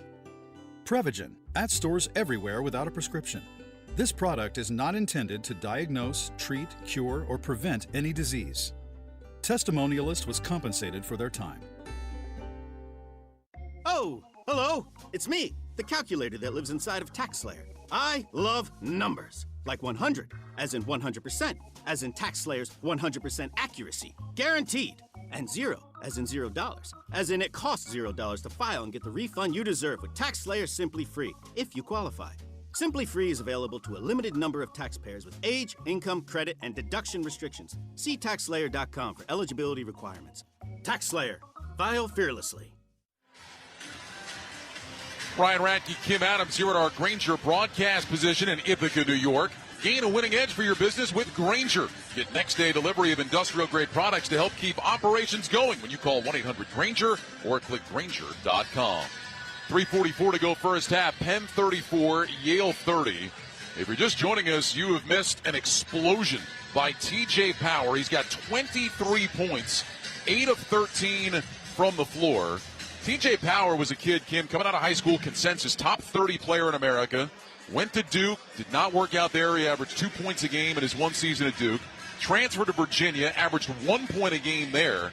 Now he makes his way to Penn, third school in 3 years. He's had a great year, and he is having an outstanding first half for the Quakers today. Yeah, TJ Power just looks unconscious out there right now. What a get for Fran McCaffrey in year one in Philadelphia to bring him in. And the confidence he's playing with right now, the control, he's got a look in his eyes, and Yale simply has to do a better job of locating him. I mean, I would consider face guarding Power at this point. He has 23 points. The rest of his Penn teammates only have 11. It has been way too easy for TJ Power to come up in transition and trail the play and just step into open threes. He's 4 of 8 from behind the arc. Yale basketball out of the timeout. Mullen will bring it into the front court. Hand it off for Simmons. Up top it goes to Braithwaite. Now over on the left side, Townsend. Pitch it back, Braithwaite. Dribbles inside the arc, and he lost the ball going up for a jump shot. He saves it back inbounds to Townsend. Up top to Celiscar with 9 to shoot. Back over to Townsend. Townsend dribbles to the top of the key, makes the pass down to the right corner. Simmons dribbling left, jump stop, shovel it off low. Celiscar left block, laid it up and out, grabs his own rebound, put it up again, bounced it in at the shot clock buzzer. Isaac Celiscar was 7 in the first half. 34-32 Penn. Here's Levine into the front court. He'll initiate the offense over on the right wing. Levine looking, dribbling left, spins back right, can't lose Mullen, put a shoulder into him. Couldn't create enough space. He'll drop it off for Zanoni. Back up top it goes to Levine. Dribbling left, turns the corner, down the lane, laid it up and in with the left hand. A.J. Levine's first bucket. Penn back up 4, 36-32. Mullen up top to Celiscar. High left side to Braithwaite. Braithwaite get it to Townsend. Over on the right side it goes to Mullen. Mullen dribbling left, stops above the free throw line. Back to Townsend on the right wing. Dump it down inside to Celiscar. We've got a whistle and a foul against Zanoni. Second foul against Michael Zanoni. And that'll be free throws coming up for Yale. It'll be a 1-and-1 opportunity for Celiscar. Cam Thrower back into the Penn lineup. Zanoni will sit with 2 fouls. And check it, that's just the 6th foul against Penn, so Yale will inbound baseline right. Mullen lob it into Celiscar. Up top to Simmons. Simmons driving left on Thrower, and he gets right to the rim to lay it up and in. Simmons has been much more aggressive in the championship. Again, just had 5 points. Took 4 shots in the semis yesterday. 36-34 Penn. Quakers with the ball. Here's TJ Power working against Townsend. Power backs the dribble up. Power yo-yos back and forth. Step back 3, top of the key. That one short front of the rim, but the rebound comes right back to him. Thought about launching another quick 3. Instead, he'll dribble down to the left baseline. Throw it up to Levine. Now outside it goes to Thrower, high on the right side. Thrower with a couple of dribbles. Thrower looking inside, nothing there. Makes the pass to Luth, right corner. He'll rainbow a 3 from there. That's strong off the iron. And we'll get a foul on the rebound as Mullen hit the deck. Now it will be free throws coming up for Yale. Foul will go against Penn. That's going to be against Power. And that might be the only thing that can slow down TJ Power. He just picked up his 2nd foul. Out of the timeout, Yale has primarily had Casey Simmons matching up with him. Simmons, 6'7", the Ivy League Defensive Player of the Year. But Power has still been able to get some switches. And that's what allowed him to put up a 3, even though he cooled down a little bit and didn't make his most recent attempts. You can listen to any and every basketball game we broadcast for free at WestwoodOneSports.com or on the Westwood One Sports app. Download it today. So Trevor Mullen, 1-and-1 opportunity. He makes the first. 9 points for Mullen. He had a big semifinal game yesterday with 21 against Cornell. He's been coming on second half of Ivy League play, last 12 games, averaging almost 14 a game for Yale. Second free throw is good. He's got 10 here in the first half. And he pulls the Bulldogs even at 36. And now, how will Penn look with TJ Power on the bench? Can they stay disciplined in their offense? Levine dribbles over on the right side, lob it to Gerhardt, left of the lane, up to Polanowski using the ball game for the first time. He finds Thrower, top of the key three. It's good! Cam Thrower's second three of the half, and Penn's back in front, 39-36. Mullen up top to Selisgar. Look at it to Townsend above the right elbow. Now to Mullen. Mullen with it, backs the dribble up beyond the three-point line. Mullen dribbling left into the paint, down the lane, flips it up on the run, can't finish inside. Luth the rebound for Penn. Hand it off to Levine. Levine running 5-on-4 to Thrower into the right corner. Polanowski three, in and out, no good. Selisgar the rebound for Yale. Luth poked it away, Selisgar gets it back. Bulldogs running into the front court. Selisgar over to Braithwaite. Bounce it out to Townsend, left of the lane. Townsend spins into a double team, needs some help. Kick it out Mullen, right side three. Short off the rim, rebound comes right back to Mullen, drives inside, lays it up short. Gerhardt has the rebound for Penn.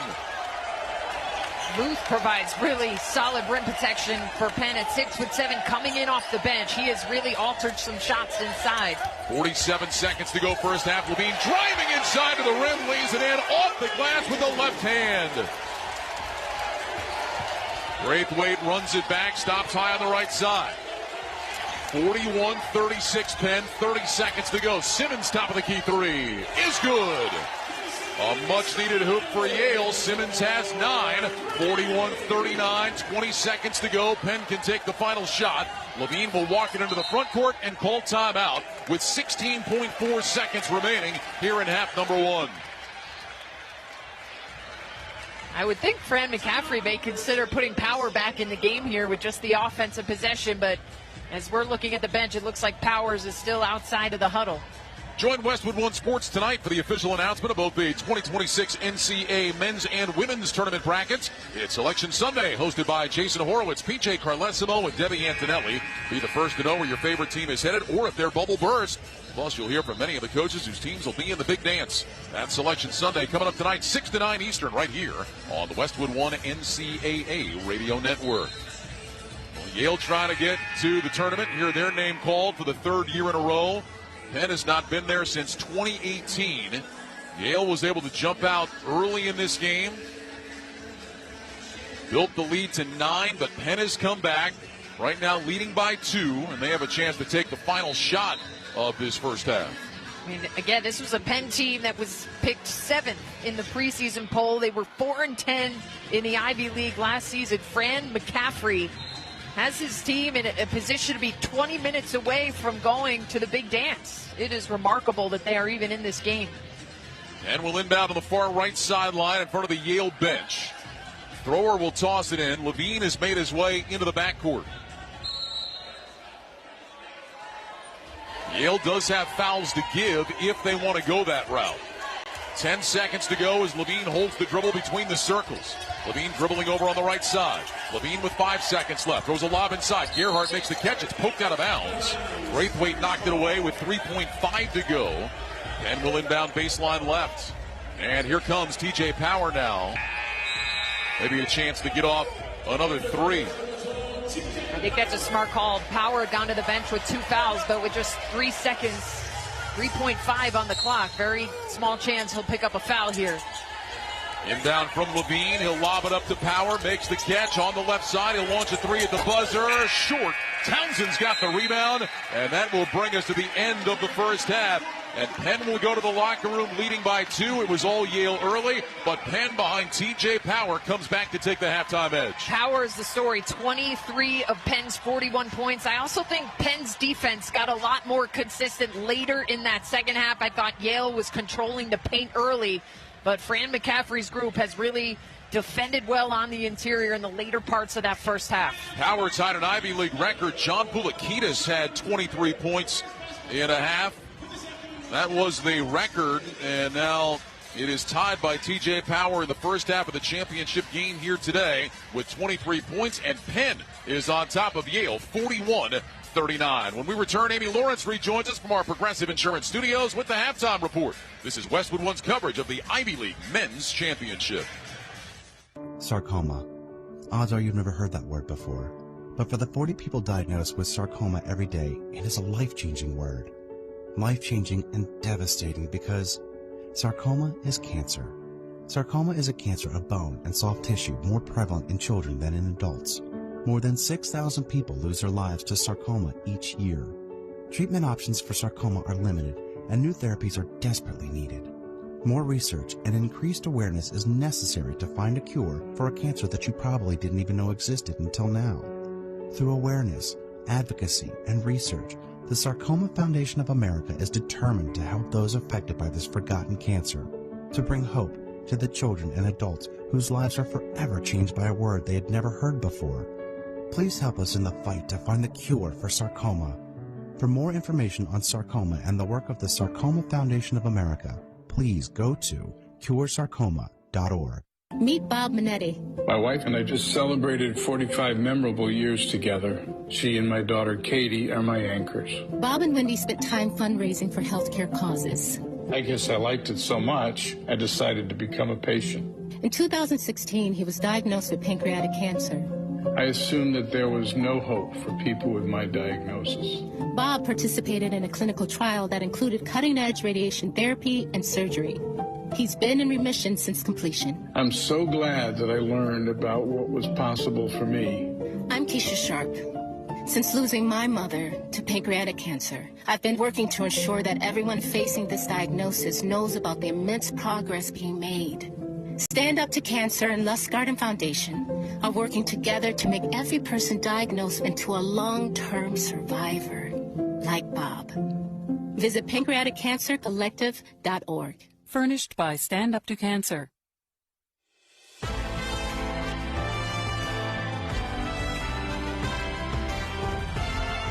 I'm Amy Lawrence in our Westwood One studios. Halftime in Ithaca, New York, where Penn is seeking an upset over top seed Yale, leading at the half 41-39. It is Selection Sunday, a handful of conference championships still to come, like the SEC title game that tips off momentarily in Nashville. Number 17 Arkansas versus number 22 Vanderbilt. The Razorbacks survived Ole Miss in overtime to reach the final. Darius Acuff with 24 points, including 5 in that extra period. Arkansas manhandled Vandy in conference play in mid-January, but head coach John Calipari says that means nothing today. I'm proud of these guys. It's going to be a really hard game. I mean, we've gotten better. So is Vandy. Vandy is like, what? So whatever happened in the first game means nothing in this game. Nothing. Just like what happened to us with Oklahoma or Mississippi the first time. It had no bearing on this game. It's going to be a hard game. Vanderbilt crushed fourth-ranked Florida to advance to today's final. Tyler Tanner led the way with 20 points. 4 other Commodores also in double figures. Head coach Mark Byington and his team pushing for their first tournament title in 14 years. You can sit there and be cliche and say it's another game, but that would not be accurate. You know, this is what we want. You know, we want to be playing on Sunday. We want to be playing the championship game. And it was one step at a time. We passed the first 2. We'll compete. We're going to play a team that's on a winning streak, a team that earned their right to get there just like we did. And we're going to play at a high level tomorrow.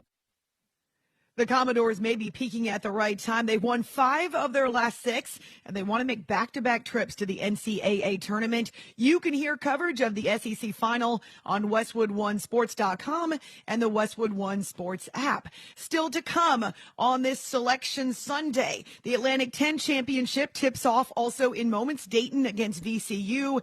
Later, it's the American Conference Championship between Wichita State and South Florida. That's in Birmingham, Alabama. And finally, the Big Ten Tournament Championship will cap the games, Purdue and Michigan in Chicago. Once again, our halftime score, Penn leads Yale 41-39. When we return, we'll head back to Ithaca and rejoin Ryan Radke and Kim Adams. You're listening to the Ivy League Men's Championship on Westwood One. Hey, it's Josh Arnold from the Bob and Tom Show. You know, it's March, which means the tournament is officially here. The arenas are packed, and my bracket, well, it's completely busted. But it's also where underdogs rise, and every second counts. Rougiette knows that applies off the court, too. If things aren't working in the bedroom, you don't have to accept it. Rougiette Ready, their best seller, combines 3 ingredients in one minty dose that dissolves under your tongue. So you're ready physically and mentally, with effects lasting up to 36 hours. Getting started is simple. Rougiette connects you with a doctor online who can decide if a prescription is right for you. Then the treatment ships discreetly to your door. Rougiette, performance medicine for men. Head to rougiette.com/gameon and get 15% off your ED treatment. That's RUGIET.com/gameon for 15% off. Prescription required. Telehealth is not intended to replace medical care. Please consult with your doctor. Restrictions apply. Visit RUGIET.com to learn more. For over 100 years, the NCAA has supported student-athletes competing and going to college.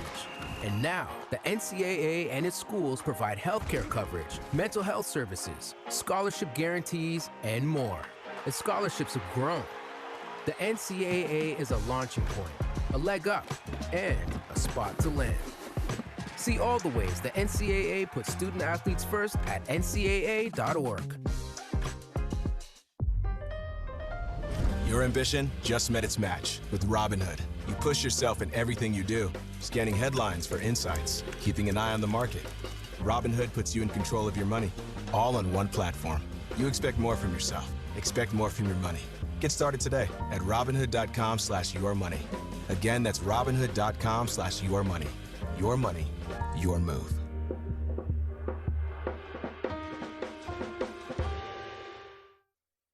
Right now, let's pause 10 seconds for station identification. This is Westwood One, your home for NCAA basketball.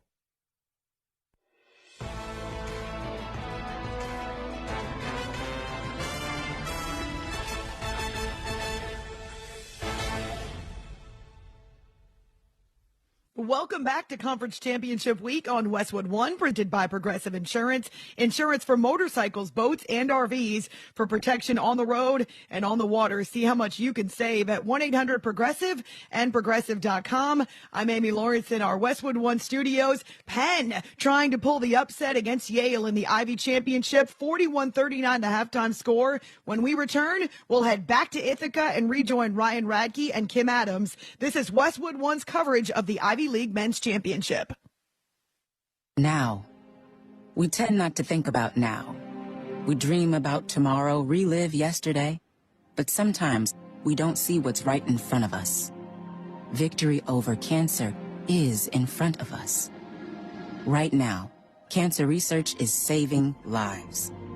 Cancer research funded by the V Foundation is leading to new discoveries and new treatments, and ultimately, one day, victory over cancer. Right now, 1 out of every 2 men and 1 out of every 3 women will get cancer in their lifetime. Now is your moment. You may save someone you love. The V Foundation has the skill, the speed, and the strength to achieve victory over cancer. Because today's cancer research is tomorrow's victory. Learn more at v.org. Don't give up. Don't ever give up. This message is from the U.S. Department of Veterans Affairs. Have you considered working at VA? VA provides veterans, mainly those with service-connected disabilities, hiring preference for all available positions. Service members just leaving the military are also invited to pursue a career at VA. Healthcare skills acquired in the military can be applied to VA as physicians, nurses, mental health providers, medics, hospital corpsmen, health service technicians, and pararescue specialists. Plus, VA has benefits and incentives designed for a veteran's success. Find a career that builds on your strengths and experience and allows you to continue serving your country. Go to vacareers.va.gov. That's vacareers.va.gov.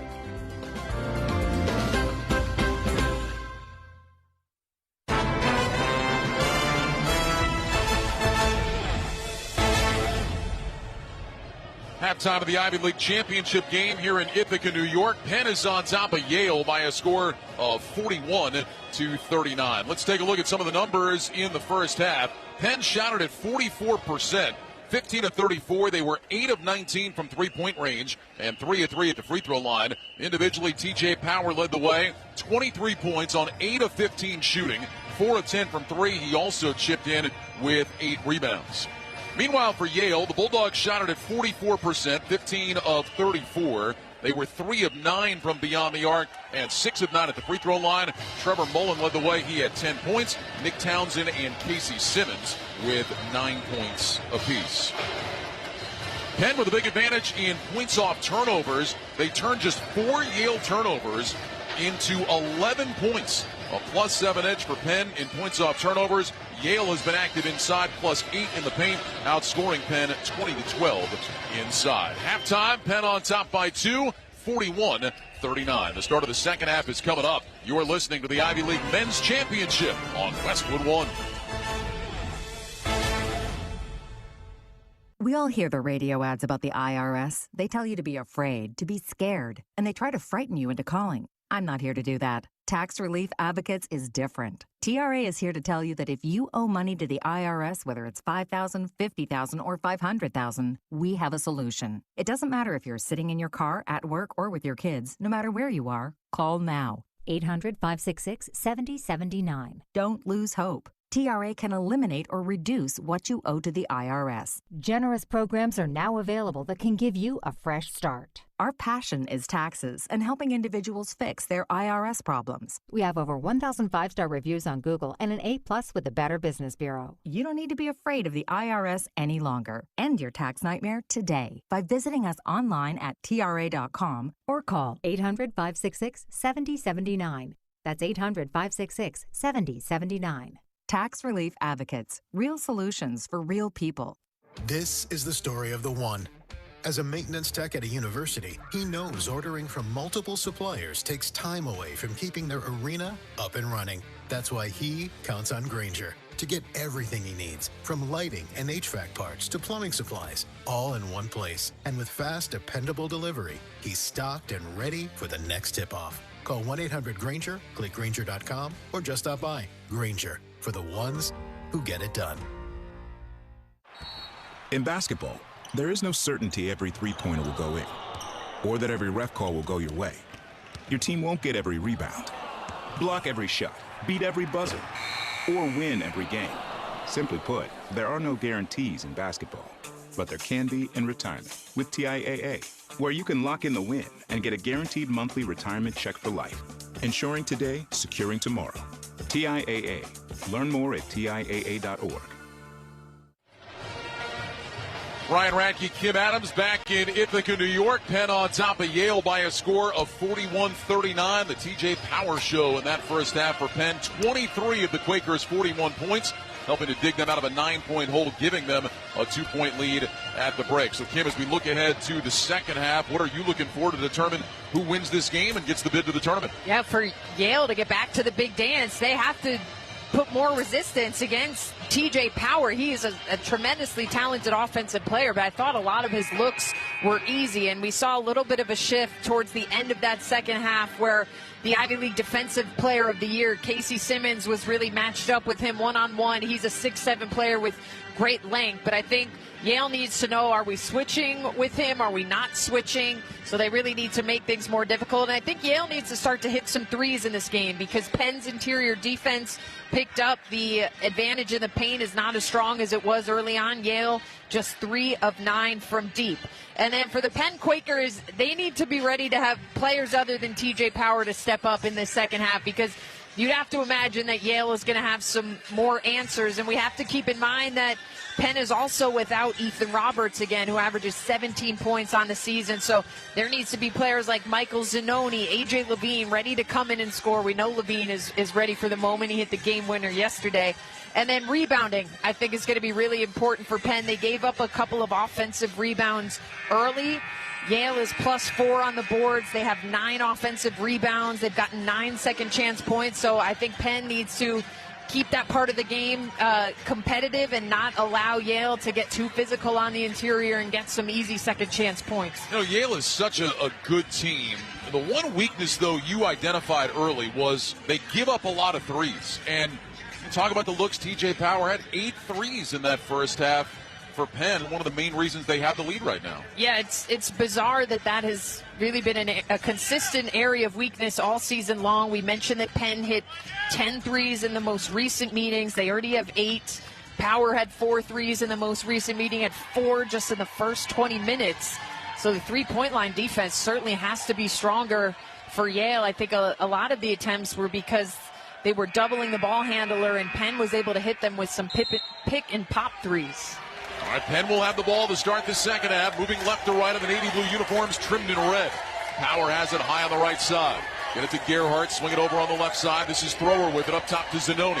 Zanoni turns, gets it over to Levine on the right. Gerhardt sets a screen. Levine refuses, dribbling left, stop at the restricted arc. Turns, lob it out on the right side to Power. Power dribbling left and got tripped up on his way to the bucket. That foul is going to go against Seliskar, who was coming over on the help. First foul against Isaac Seliskar. Power going to have to work extremely hard to get open, which he did on that possession, running all over the floor off of different screens. And I know you mentioned the first half, is he getting tired? He leads the Ivy League in minutes played. He hardly leaves the floor. Inbounds pass deflected by Townsend and out of bounds. Penn will inbound on the sideline. Yeah, it looked for a while like he was kind of bent over, sucking wind a little bit, but didn't seem to affect him when he was rising up for those threes. Levine will inbound, get it into Zanoni. Up high it goes to Thrower. The other thing with Power, it's not just the scoring. He's had to be active inside as well on the glass. Thrower back up top to Levine. Shot clock down to 7. Levine dribbling over on the left, into the paint, puts it up. Back of the rim, no good. Levine taps the rebound to an open spot, but Seliskar runs it down for Yale. Chance for the Bulldogs to tie or take the lead on their opening possession of the second half. Mullen will bring it across the timeline, high on the right side. Mullen up top to Alaton between the circles.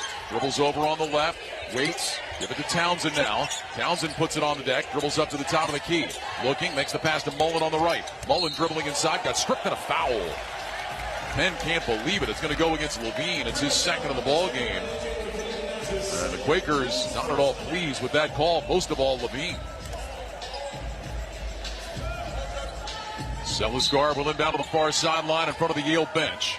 Mullen pops out to take it between the circles. Toss it over on the left. It's deflected. Simmons, though, saves the possession, running it down near midcourt. Over on the right side, it goes to Mullen. Mullen, couple of dribbles. Up top to Townsend. Townsend driving right. Puts a shoulder down into the paint. Got stripped into the hands of Alaton. Out to Mullen. Pump fake. Steps left. Fires the 3 and hits. And Yale is back in front. 42-41 Bulldogs. Here's Thrower with it up top. Makes the pass over on the right side to Levine. Levine dribbling left, stops, top of the key, heads back to the right, trying to lob it into Gerhardt. Gets it to him now off the right block.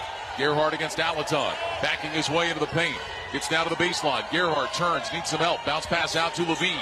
Levine, one dribble, handed off Power. Looked at the 3, didn't take it. Dribbling left, shot clock at 2. Step back 3 from the top, off the right side of the rim, no good. Seliskar the rebound, and that time good defense against Power. Yeah, they denied him the entire possession, and he had to create his own shot there, but it was well contested from Yale. Mullen up top to Townsend. Looked into Alaton and said goes to Seliskar on the left. Seliskar dribbling right into the paint. Puts it up from 8 feet. No, but a foul. He'll go to the free throw line to shoot 2. Foul will be against Thrower. That'll be the second against Cam Thrower. There are no guarantees in basketball, but there can be in retirement with TIAA. You can lock in the win and get a guaranteed monthly retirement check for life. TIAA, insuring today, securing tomorrow. Learn more at TIAA.org. So Seliskar to the free throw line, 80% on the year. First one for Seliskar is on the way and good. 8 points for Isaac Seliskar, who had a career-high 27 in the semifinal win against Cornell yesterday. One more for Seliskar, second team All-Ivy League. And that one is good. So give him 9. And Yale pushes the lead to 3, 44-41. 5-0 spurt out of the locker room for the Bulldogs. Here's Levine to Power, high on the left side. Power puts it on the floor, drives down to the baseline, gets inside around Alaton, lays it up, missed it short. Alaton has the rebound. Off it goes to Simmons. Simmons will bounce it to Seliskar on the right side, didn't trigger the quick 3. Drop it off Alaton, drives down to the right baseline. He's bumped and fouled. Well, the whistle's coming fast and furious. That one's going to go against Gerhardt. He picks up his first. It'll be the third team foul against Penn. Fran McCaffrey is not pleased, letting the officials hear it. Mullen will inbound baseline right, lob it into Simmons on the right wing. Simmons across the way to Alaton, shovel it out Celisgar. He'll take the left wing three. Around it out, no good. And the rebound tipped to Power underneath the bucket for Penn. Ninth rebound for TJ Power to go along with the 23 points. Power on the run down the left side. Bumps into Townsend, spins away, gets it out to Levine on the right wing. Levine dribbling left, turns the corner, jump stop in the paint. Kick it out, thrower, left wing three. Got it. 44-44 game on the triple, hit by Cam Thrower. Levine getting 2 feet into the paint, coming to a jump stop. Nice adjustment on the kick out instead of going up against bigger players. Townsend bounces to Celisgar right of the lane. Up top, Townsend. He's got an open look at a three. That's short. And Thrower's got the rebound for the Quakers. Off to Levine. Levine makes the pass, left side Power. Didn't take the three that time, puts it on the deck, uses a chicken wing to ward off Townsend, takes the baseline jump shot from the left, came up short, and the rebound pulled down by Simmons inside. Power working hard for his second half buckets, but he has been well defended so far. Mullen splits a double team out front, drives the lane and lays it in. How about Trevor Mullen with a nifty move? He's got 15. 46-44 Yale, 16:25 to go. Levine with it over on the right side to Gerhardt. Handed off Levine. He'll jump the three from the wing. Got it! A.J. Levine puts Penn back in front, 47-46. Two-man game isolated on that right side. Simple screen and roll. And Levine just pops behind the screen and gets it right back. Rolling up top to Alaton. Alaton rips it through. Couple of dribbles with the left hand. Handed off to Celisgar. Celisgar over to Townsend in the left slot. Townsend dribbling right. Went to spin, got it knocked away by Levine. Levine on the run against Mullen. Down the left side. Drop it back, Thrower. Kick it out, Power on the left wing. Simmons recovers to deny the three. Power will get it down to Levine in the left corner. Up the boards it goes to Thrower. Penn will get organized. Timeout coming to the next dead ball. Here's Zanoni with the top of the key. Matched against Alaton. Zanoni dribbling left. And Simmons reached in to poke it away. Picked up by Mullen. Running 1 against 2 down the left side. Bumped on his way to the bucket. Lays it in, but they'll wave it off. The foul will go against Levine. He picks up his third. And it'll be Yale ball when we return. 15:33 remaining in the game. Penn 47, Yale 46. This is Westwood One's coverage of the Ivy League Men's Championship. Everyone deserves access to quality health, but for half the world's population, essential health services are out of reach. At AmeriCares, we know access to quality health saves and improves lives. With good health, people can attend school, be productive at work, care for their families, and contribute to strong communities. That's why we envision pathways to health and opportunity for all. We care. It's our call to action. It's in our history. It's in our name, AmeriCares. AmeriCares about disaster survivors, about free medical aid, what doctors need, our communities, our neighbors, our families. AmeriCares about good health. For a better world. Learn more at americares.org/goodhealth. Together, we can build pathways to health. americares.org/goodhealth. Join us. Furnished by AmeriCares.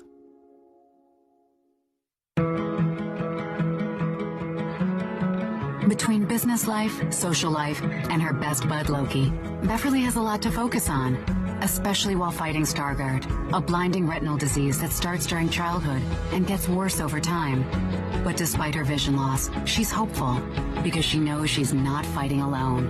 For 50 years, the Foundation Fighting Blindness has funded research into treatments and cures for blinding diseases, providing real hope to those fighting vision loss. And our nationwide community of local chapters provides networking and support for people with vision loss, as well as their loved ones. Because the best way to fight against blinding diseases is to fight together. And for Beverly, winning the fight means focusing on what's closest to her. The Foundation Fighting Blindness. Together, we're winning. Learn more about how you can help us end blinding diseases at fightingblindness.org.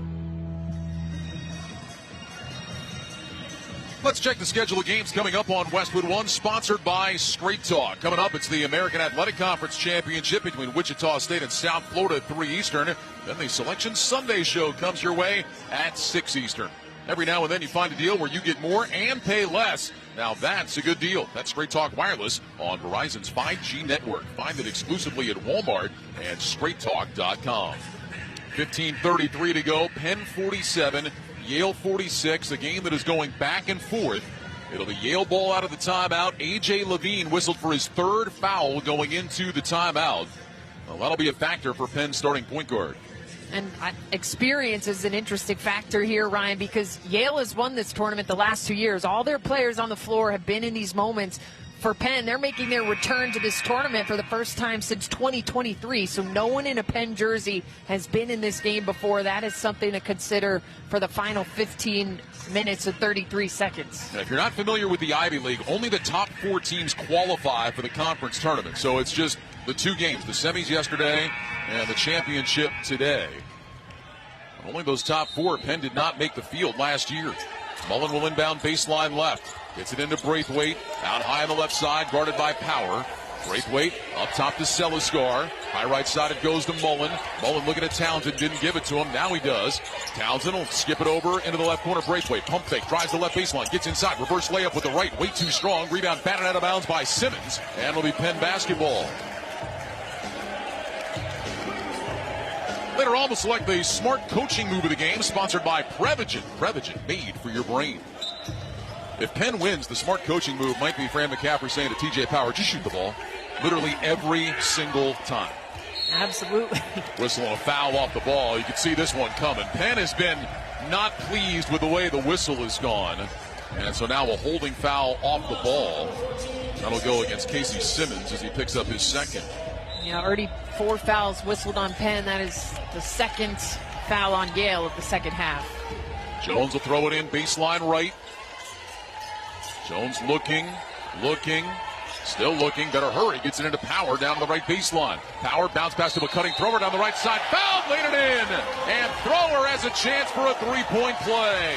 Power has scored. Now he distributes, and Penn's lead is at 3. And because of how much attention TJ Power is commanding, when you make a cut like that, like Thrower did, just behind the play, down the right side, right to that block, you're going to get rewarded because there are multiple defenders that are keying in on Power. Thrower at the free throw line. The foul was against Braithwaite, his first. And Thrower's free throw is good. So 12 points in the game for Cam Thrower. Penn's lead is 4, 50-46, 15:05 to go. Mullen across the timeline, double teamed high on the right side, steps through it, get it to Townsend at the free throw line, finds Celiscar, right corner, shoots the 3 and hits. Isaac Celiscar with a triple to give him 12. Yale back within 1, 50-49. Aggressive trapping from Penn at the corners, but Yale stayed composed, and 2 passes out of it led to that open 3. Jones over to Zanoni. He'll pitch it back out to Thrower, high on the right side, it goes to Jones. Holds the basketball in his belt, dribbles over on the left, looking, finds Zanoni, left wing beyond the 3-point line, driving right into the paint, puts up a running hook, blocked by Simmons. Gerhardt grabs it inside, turns, puts it up with the right, and bounced it in for 2. First bucket for Augustus Gerhardt, 52-49 Penn with 14:20 remaining. Mullen into the front court. Yale going to run the thumbs down set. Braithwaite with it on the right side inside the hash mark. Bounce it down to Townsend 15 feet away, right of the lane. Backing his way in against Gerhardt. Power is lurking. Comes with a double team now. Townsend get it to Celiscar. Left elbow. Puts up a 10-foot jumper and drops it in for 2. That's the risk Penn is taking by doubling Townsend, who is an excellent passer out of doubles. That was an easy look for Celiscar right in the paint. Celiscar had 7 in the first half. Already has 7 here in the second. 52-51 Penn. 13:48 to go. Jones with it, dribbling over on the right side. Up top it goes. Thrower, deep 3 from the top. Off the left side of the rim, no good. Long rebound run down by Mullen for Yale. Chance for the Bulldogs to retake the lead. Mullen into the front court. Up top it goes to Townsend. Townsend with a chest pass over to Celiscar. Lob it to Simmons left in the lane. Simmons backing in. Double comes. Back out to Celiscar. Dribbling right. Up top Braithwaite. Pump fake the 3. Steps inside the arc. 19-foot jumper around and out. No good. Celiscar the offensive rebound. Out to Mullen. Right wing 3 is good. Trevor Mullen with 18. And Yale is back in front. 54-52. Here's Jones with it. High on the right side. Get it to Power. Rips it through. Dribbling left and a foul against Celiscar. It'll be the second foul against Isaac Celiscar. The Men's FIBA World Cup is coming to the United States this summer. Keep up with everything going on with U.S. Soccer's national teams with the official U.S. Soccer podcast presented by Henkel, wherever you get your podcasts. TJ Power still looking for his first points of this second half after he exploded for 23 in the opening 20 minutes. Zanoni gets it into Jones. And basketball down by 2, 13 minutes to go.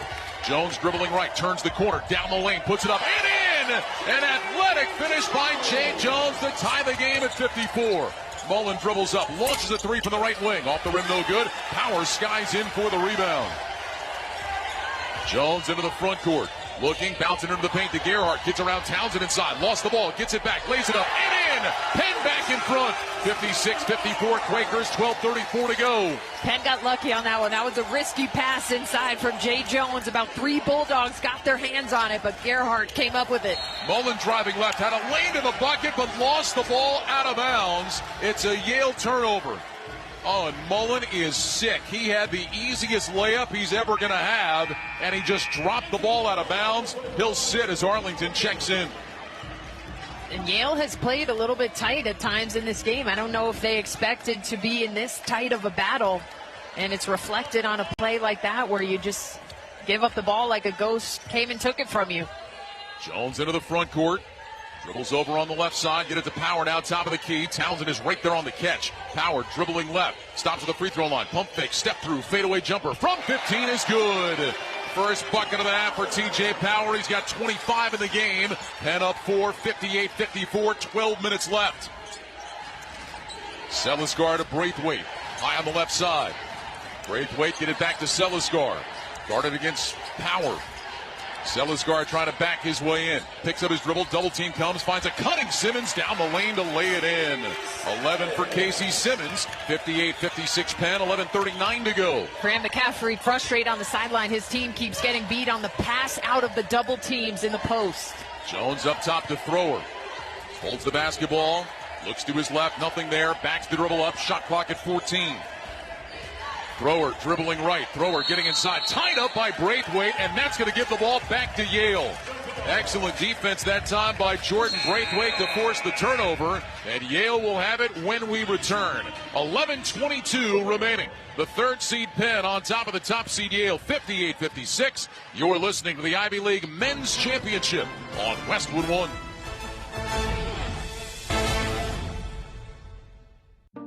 At Fisher Investments, we may seem like other money managers, but we're different. What makes you so different than the rest of us? We ensure clients receive unparalleled service at every step of the relationship. Tell me more. Our investment counselors focus on service over sales, prioritizing clients' needs. How do you make money? We don't sell any commission-based products. We have a simple management fee based on the value of our clients' portfolio. So we do better when our clients do better. What about client portfolios? We get to know each client, their finances, family, health, lifestyle, and more, and then we tailor a portfolio based on their specific goals and needs. Your clients really come first then, huh? Yes, we make them a top priority. Our goal is helping them achieve a comfortable retirement. Wow, maybe we are different. At Fisher Investments, we're clearly different. Learn more at FisherInvestments.com. Investing in securities involves the risk of loss. Coverage varies by plan. View contracts and exclusions at carshield.com. World class? That means you show up prepared every time. And your car deserves world-class protection when the unexpected hits. Because repairs aren't getting cheaper, and a breakdown doesn't care about your schedule. CarShield helps you protect yourself from costly repairs with coverage options built for real life. Commutes, road trips, errands, all of it. Get world-class protection for your vehicle. Learn more at carshield.com. carshield.com. You can stream every Westwood One basketball game for free, sponsored by LinkedIn Ads. Stop wasting ad budget on the wrong audience. LinkedIn Ads puts your message in front of the right decision makers. Spend $250, get $250. Go to linkedin.com/college basketball. Terms apply. And for a live stream, go to westwood1sports.com or download the Westwood One Sports app today. 11 minutes, 22 seconds remaining here in Ithaca. The third-seeded Penn Quakers on top of the top-seed Yale Bulldogs by a score of 58-56.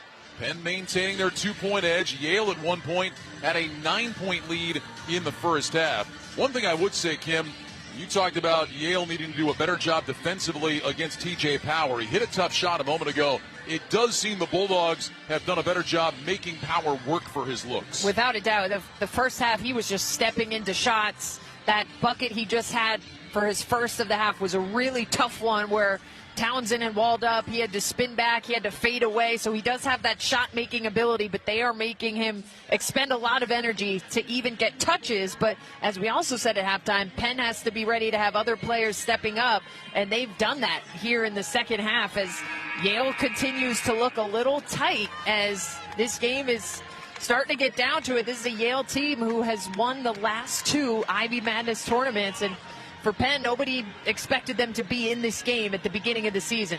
And that can't happen, right, Kim? I mean, you're the top seed. You're expected the longer it goes, the longer the other team hangs around, the pressure really starts to shift to your shoulders. Without a doubt. I mean, Penn is playing free. The young players are playing confidently. No one in a Penn jersey has been in this situation before. Yale ball out of the timeout. Penn showing some full court pressure. Arlington will get it to Simmons in the front court. Back out front it goes to Arlington. Arlington dribbles over on the right side, makes the pass up top to Selisgar. He'll drop it off for Townsend in the left slot. Townsend dribbling down to the baseline, trying to back his way in against Power. Townsend into the paint, turns, pump fake, puts it up and in. That is vintage Nick Townsend just bullying his way to the rim. He ties the game at 58. Yeah, Power has a couple of inches on him, but he just backed him in until he got Power under the rim. Jones with it out high on the right side. Jones looking, makes the pass over on the right side to Thrower. Back up top it goes to Power. He's matched against Selisgar. Power wants a screen from Gerhardt, dribbles left, and a hand check foul against Selisgar, and that is the 3rd foul of this half against Isaac Selisgar. That's going to get Samson Alaton up off the bench. Boy, and Yale does not want Selisgar on the bench. His offense is needed, as is his defense, but he will sit now when Alaton comes in. Selisgar, a physical matchup against Power, but the physicality gets the better of him there. Penn with the inbound to Jones. Jones back to Power on the left wing. Townsend down in a stance against him. Power waving everybody away. He wants to go one-on-one. They didn't clear it out, though. He gets it back up to Jones. Jones with it, shot clock at 7.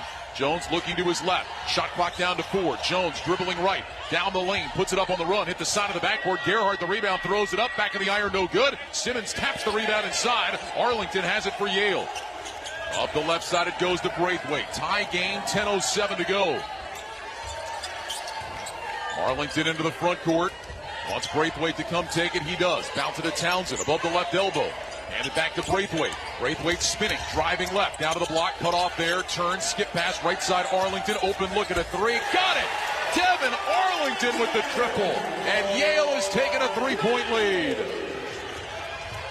Thrower driving the other end. Stops in the paint, nearly traveled. He'll toss it back out front to Jones. Jones driving right. Jones with a runner. Puts it up off the glass. Short. Fight for the rebound. Jones has it inside. Jones tied up. Got struck going up. Alaton and Arlington combined to take it away. The rim protection from Alaton at 6'10". It looked like Jones was going to have an easy layup, and he rejected that shot. 61-58 Yale. Arlington averages less than 3 points a game. Just hit that monster 3 a moment ago.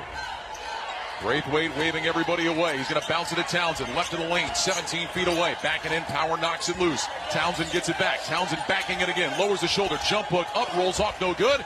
Rebound tapped into the hands of Jones for Penn. Boy, and Townsend is going to rue that missed opportunity. He got right where he wanted. Handoff Power, top of the key, 3 ball, front of the rim, no good.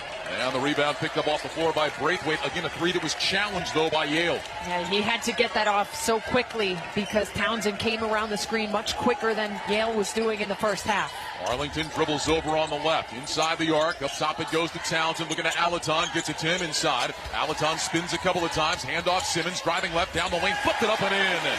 Casey Simmons puts Yale up 5. 63-58. Simmons with 13. Yale has really been attacking the paint. They've gotten the 2s deep or they've kicked it out for the 3s. Jones with it between the circles. Jones looking for Power. Can't get the ball to him. Townsend is right there. Jones backs up, hands it off for Thrower. Thrower out between the circles. Townsend is just all over Power. Now Power gets it between the circles. Shot clock at 9 and a timeout taken by Penn. Fran McCaffrey stops it with 8:04 to go. And 9 seconds on the shot clock. Yale has taken the lead to 5. We will step aside. 63-58 Bulldogs. You're listening to the Ivy League Men's Championship on Westwood One. Wesley Financial Group is not a law firm. Ask yourself this question. Is it really worth holding on to that timeshare that you know you need to get rid of? Here's the truth. The average maintenance fee just went up over 17%. That could have been 117%, and there's nothing you can do about it. When you buy a timeshare, you give them a blank check for annual maintenance and assessment fees. I'm Chuck McDowell, founder of Wesley Financial Group. For 15 years, I've helped over 50,000 families cancel their timeshare. Not sell it, not transfer it, cancel it. Did you buy a timeshare because they told you it was a great investment and your maintenance fees would never go up? That's a lie. Are you ready to get rid of your timeshare once and for all? Simply call us and I'll send you our timeshare exit kit that explains all your options for cancellation. Call Wesley now for your timeshare exit kit. 800-822-1365. 800-822-1365. 800-822-1365. Class, today we're talking women's hoops. Open your textbooks. Join thousands of other screaming fans for an in-person experience you have to see to believe. NCAA March Madness. Attendance is encouraged. Passion is mandatory. Buy your seats today at ncaa.com/WBB tickets. I'm destined to watch my team go for it all. The student has become the professor. Brian Radke, Kim Adams here at our Granger broadcast position in Ithaca, New York. Stay on top of your game with Granger. Get the industrial-grade products right when you need them to help your business advance when you call 1-800-GRANGER or click Granger.com. 9-0 Yale run has put the top-seeded Bulldogs in front, 63-58 with 8:04 to go. It was Yale early. Penn then took over, Kim. Now Yale has answered back. A lot of time left in this game. But is this kind of a danger zone right now for the Quakers? Yeah, I think so. It feels like the scales are really starting to tip in the favor of this experienced Yale team. So we both said at the break, I think this is a good timeout for Fran McCaffrey. He was not pleased that his team was just kind of aimlessly running around on that possession. They'll have 9 seconds on the shot clock to try to get an answer here. But Yale has really been attacking the paint off of drives, off of post-ups. They've been successful in the paint, and they've been successful at kicking out for threes. They only had 3 threes in the first half. They already have 4 made here in the second. Penn will bring Luth, Scantlebury, and Levine back in. Remember, especially without Roberts, Penn is not very deep. Luth will inbound, 9 to shoot. Luth gets it into Levine. Levine driving left, inside the elbow, stops there, trying to bounce it to Scantlebury, lob it over the top, it's stolen away, and a foul against Yale. Oh, boy, and is that a bailout for Penn? Arlington is going to get called for holding in the paint. That was a pass to nowhere, but Arlington grabbed a hold of Scantlebury. It'll be a foul, and Penn will keep it as we step aside. 7:59 remaining in the game. Yale 63, Penn 58. You're listening to the Ivy League Men's Championship on Westwood One.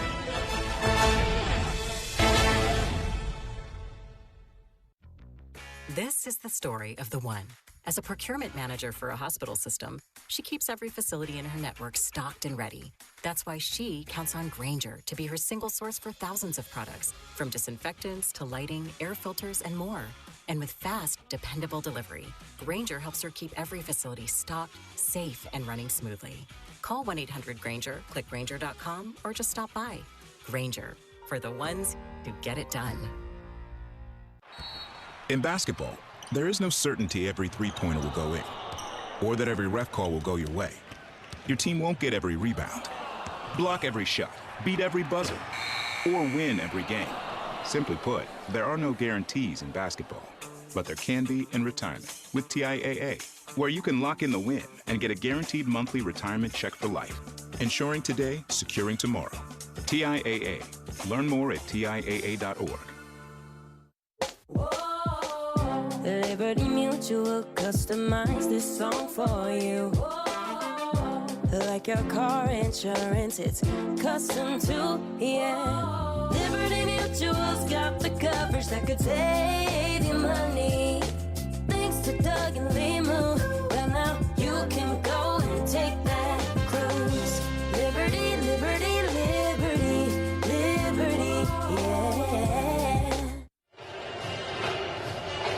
champion has a ring to it. Herb Jones is the official championship partner of the Ivy League. Every season has a story. Let Herb Jones help celebrate yours with an official championship ring. Visit champsforever.com to get started. 7:59 to go here in Ithaca. The top seed Yale on top of the 3-seed Penn by a score of 63-58. Foul on Devin Arlington going into the timeout, so Yale will have the ball. And boy, that was a huge call, just as it looked like Penn was about to get a shot clock violation.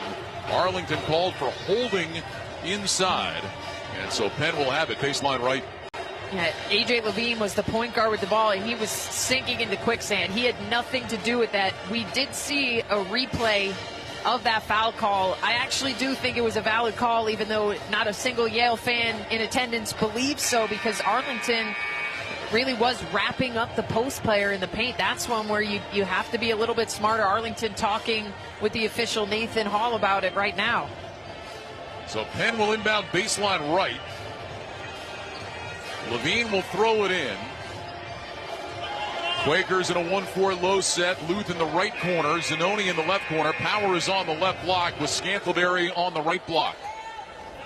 Braithwaite, Alaton, Townsend, Simmons, and Arlington for Yale. Inbound to Scantleberry, right of the lane against Alaton. Dribbles up to the free throw line, handed off Power. Power dribbling left, crosses right, gets to the elbow, pitch it out Luth. Right back to Power. Power dribbling left, big jump stop at the free throw line. Double teamed up top Luth. Didn't want the three, drives left, puts his shoulder down, puts it up. Alaton sends him away. Power's got it, steps left, fires a three, and hits! T.J. Power's got 28, and that will bring Penn within 2, 63-61. Credit to Power for sticking with it. He cannot find any space against this Yale defense, but he recovers it off of a shot block from Yale. Foul at the other end as Braithwaite hit the deck. Foul will go against Scantleberry. He picks up his first 15th foul. Yale will inbound baseline right. Boy, kind of bad luck for Yale as Alaton blocked that shot going right to Power. Yeah, we just saw a replay of it. It was literally an assist from Alaton to Power. Inbound to Alaton, handed off Arlington. Arlington out front to Braithwaite. He tripped. Almost lost the ball, but maintains possession. Braithwaite dribbling over on the left. Stops off the elbow. Out front it goes to Townsend. 8 to shoot for Yale. Townsend dribbles over on the right wing against Luth. Townsend trying to back his way in. Spins baseline. Puts it up off the window too strong. And Power is there to collect the rebound. That's number 12 in the game for him. Levine into the front court. Racing down the left side. Levine to the baseline. All the way underneath. And he stepped out of bounds. That's a Penn turnover. It'll give it back to Yale with 6:57 to go. Unforced turnovers like that could be costly in a game that is as tight as this one. The sophomore point guard. Full court pressuring in from Penn. Arlington ahead to Simmons just in front of us on the left. Over it goes to Braithwaite on the right side of the front court. Now Penn will fall back into its man-to-man defense. Arlington with it out front. He'll hand it off for Braithwaite. Townsend wants it, gets it. Top of the key. Townsend dribbles left. Hand it off for Arlington. Shot clock at 10. Arlington looking back to Townsend. Shot clock at 7. Townsend down to the left block. Lowers his shoulder. Gets underneath. Nowhere to go. Kick it out Arlington. Right wing 3. Hits the rim. Bounces high. No good. Offensive rebound. Townsend. Spinning inside. He's double teamed. Townsend turns. Puts it up. Shot blocked out of bounds. Yale will keep it with 16 to shoot. The defense of Penn sophomore Lucas Alamuth has been tremendous at 6'7". He has contested Townsend multiple times. He comes up with a block on that one, but Yale gets it back. Arlington will inbound baseline left. Looking, gets it into Braithwaite on the left baseline. Braithwaite working against Levine, who's got 3 fouls. Braithwaite dribbling, steps back above the elbow. They leave him alone. He shoots an 18-footer that's no good. Rebound, volleyballed around inside. Simmons has it for Yale. Out to Arlington, a new possession for the Bulldogs. Offensive rebound starting to pile up for Yale. Arlington driving left, gets down to the block, finds Braithwaite, left corner 3, that's flat. Long rebound into the hands of Braithwaite. He followed his own shot, no, and he blocked him out. Townsend with it again, 5:50 to go, Yale ball up 2. Braithwaite with it on the left, dribbling right, gets to the free throw line, finds Simmons on the right wing. Back to Braithwaite in the left slot, dump it down to Townsend. Townsend backing it against Power. Luth is lurking. Townsend into the paint, turns, puts it up, and in! Nick Townsend would not be denied. He's got 13, 65-61 Yale. Levine driving to the other end, gets underneath, nearly fell out of bounds. Able to find Power in the left corner. Power, shimmy, shake, move, drives inside, lays it up, rejected by Alaton. But they're going to call goaltending, count it for TJ Power, and that will give him 30 in the game. Yeah, easy call for the officials. That ball was definitely on its way down when Alaton at 6'10" tried to come in and swat it back. Boy, how about 30 points for TJ Power? Substitution, Cam Thrower back in the lineup for Penn. Zanoni will sit. I think James Jones is going to challenge this call, and he is. He won a challenge in the first half.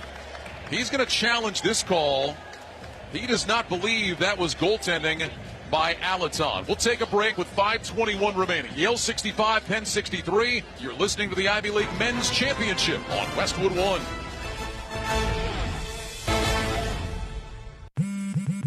Straight Talk Wireless presents Pickup Truck Wisdom. Trust is earned. That's why I've stuck with Straight Talk. Same price since 2009 on Verizon's 5G network.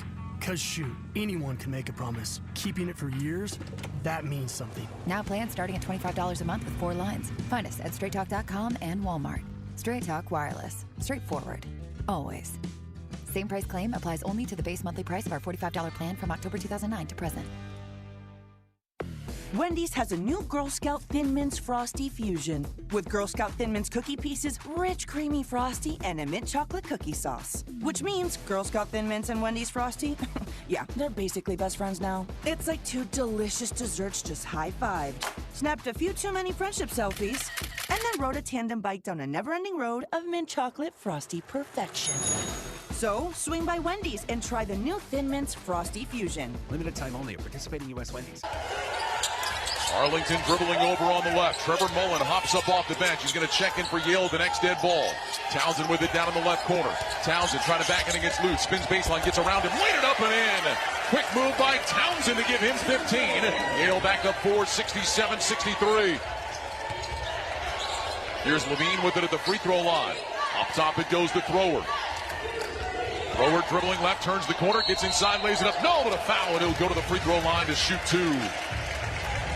Cam Thrower has been huge for Penn in this Ivy Madness tournament, stepping into the starting lineup, replacing Ethan Roberts. He had 11 points yesterday, and he's had some big moments in this championship game. Foul against Alaton, his first. And Cam Thrower averages 5 points per game. Before the 11 points against Harvard yesterday, he had 9 points in the previous 8 games combined. Wow. And he went for 11 yesterday. He's got 12 in this one. At the free throw line for the first of 2. It's on the way and good. March Madness is coming to a court near you. Experience it live as the nation's best college basketball teams compete for a chance to cut down the nets. Secure your seats today at ncaa.com/MBB tickets. One more free throw for Thrower. His career high is 16. Looking for his 14th point of this game. He did not score against Yale in 2 games in the regular season. Free throw is up and good.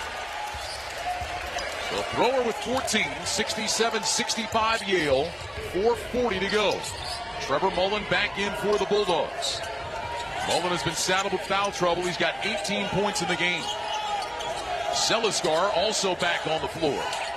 Mullen with it between the circles. Out high left to Simmons. Penn showing a zone here. Get it to Seliskar. High right, Braithwaite. Pump fake to 3. Puts it on the deck. Steps back top to Seliskar. 6 to shoot. Back to Braithwaite. Deep 3. Right wing on the way. Back in the iron. No. Thrower has the rebound. Chance for Penn to tie or take the lead. Here's Levine up the right side. Get it to Lute. Now at the Thrower high on the right side. Power will come out to get it. Power swings it over to Levine on the left wing. Levine looking inside at Gerhardt, goes top to Power, matched up against Townsend. Power puts it on the deck, dribbling left. Townsend poked it away, picked up by Simmons. On the run, down the right side. Simmons to the basket, laid it up and in. Simmons goes coast to coast. Yale up 4, 69-65, 3:47 left. Drive by Levine, puts up a wild runner over Townsend, no good. And Braithwaite has the Yale rebound. They'll race it up into the front court. Now toss it over to Mullen on the right side. Mullen walks the dribble out front. Yale into the horn set. Mullen works right off a Townsend screen.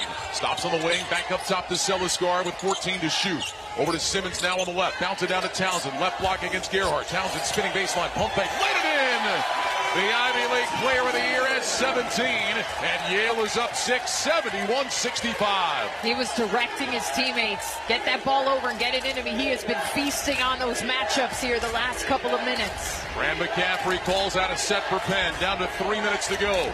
Power with it, double teamed out front. Now heads left, and a foul is going to go against Seliskar. That's his 4th. So Isaac Seliskar called for a foul, and that will bring us to a timeout with 2:58 remaining in Ithaca. The top seed Yale Bulldogs on top of the 3rd seed Penn Quakers, 71-65. You're listening to the Ivy League Men's Championship on Westwood One.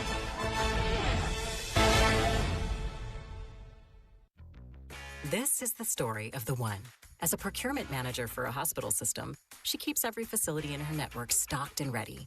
That's why she counts on Grainger to be her single source for thousands of products, from disinfectants to lighting, air filters, and more.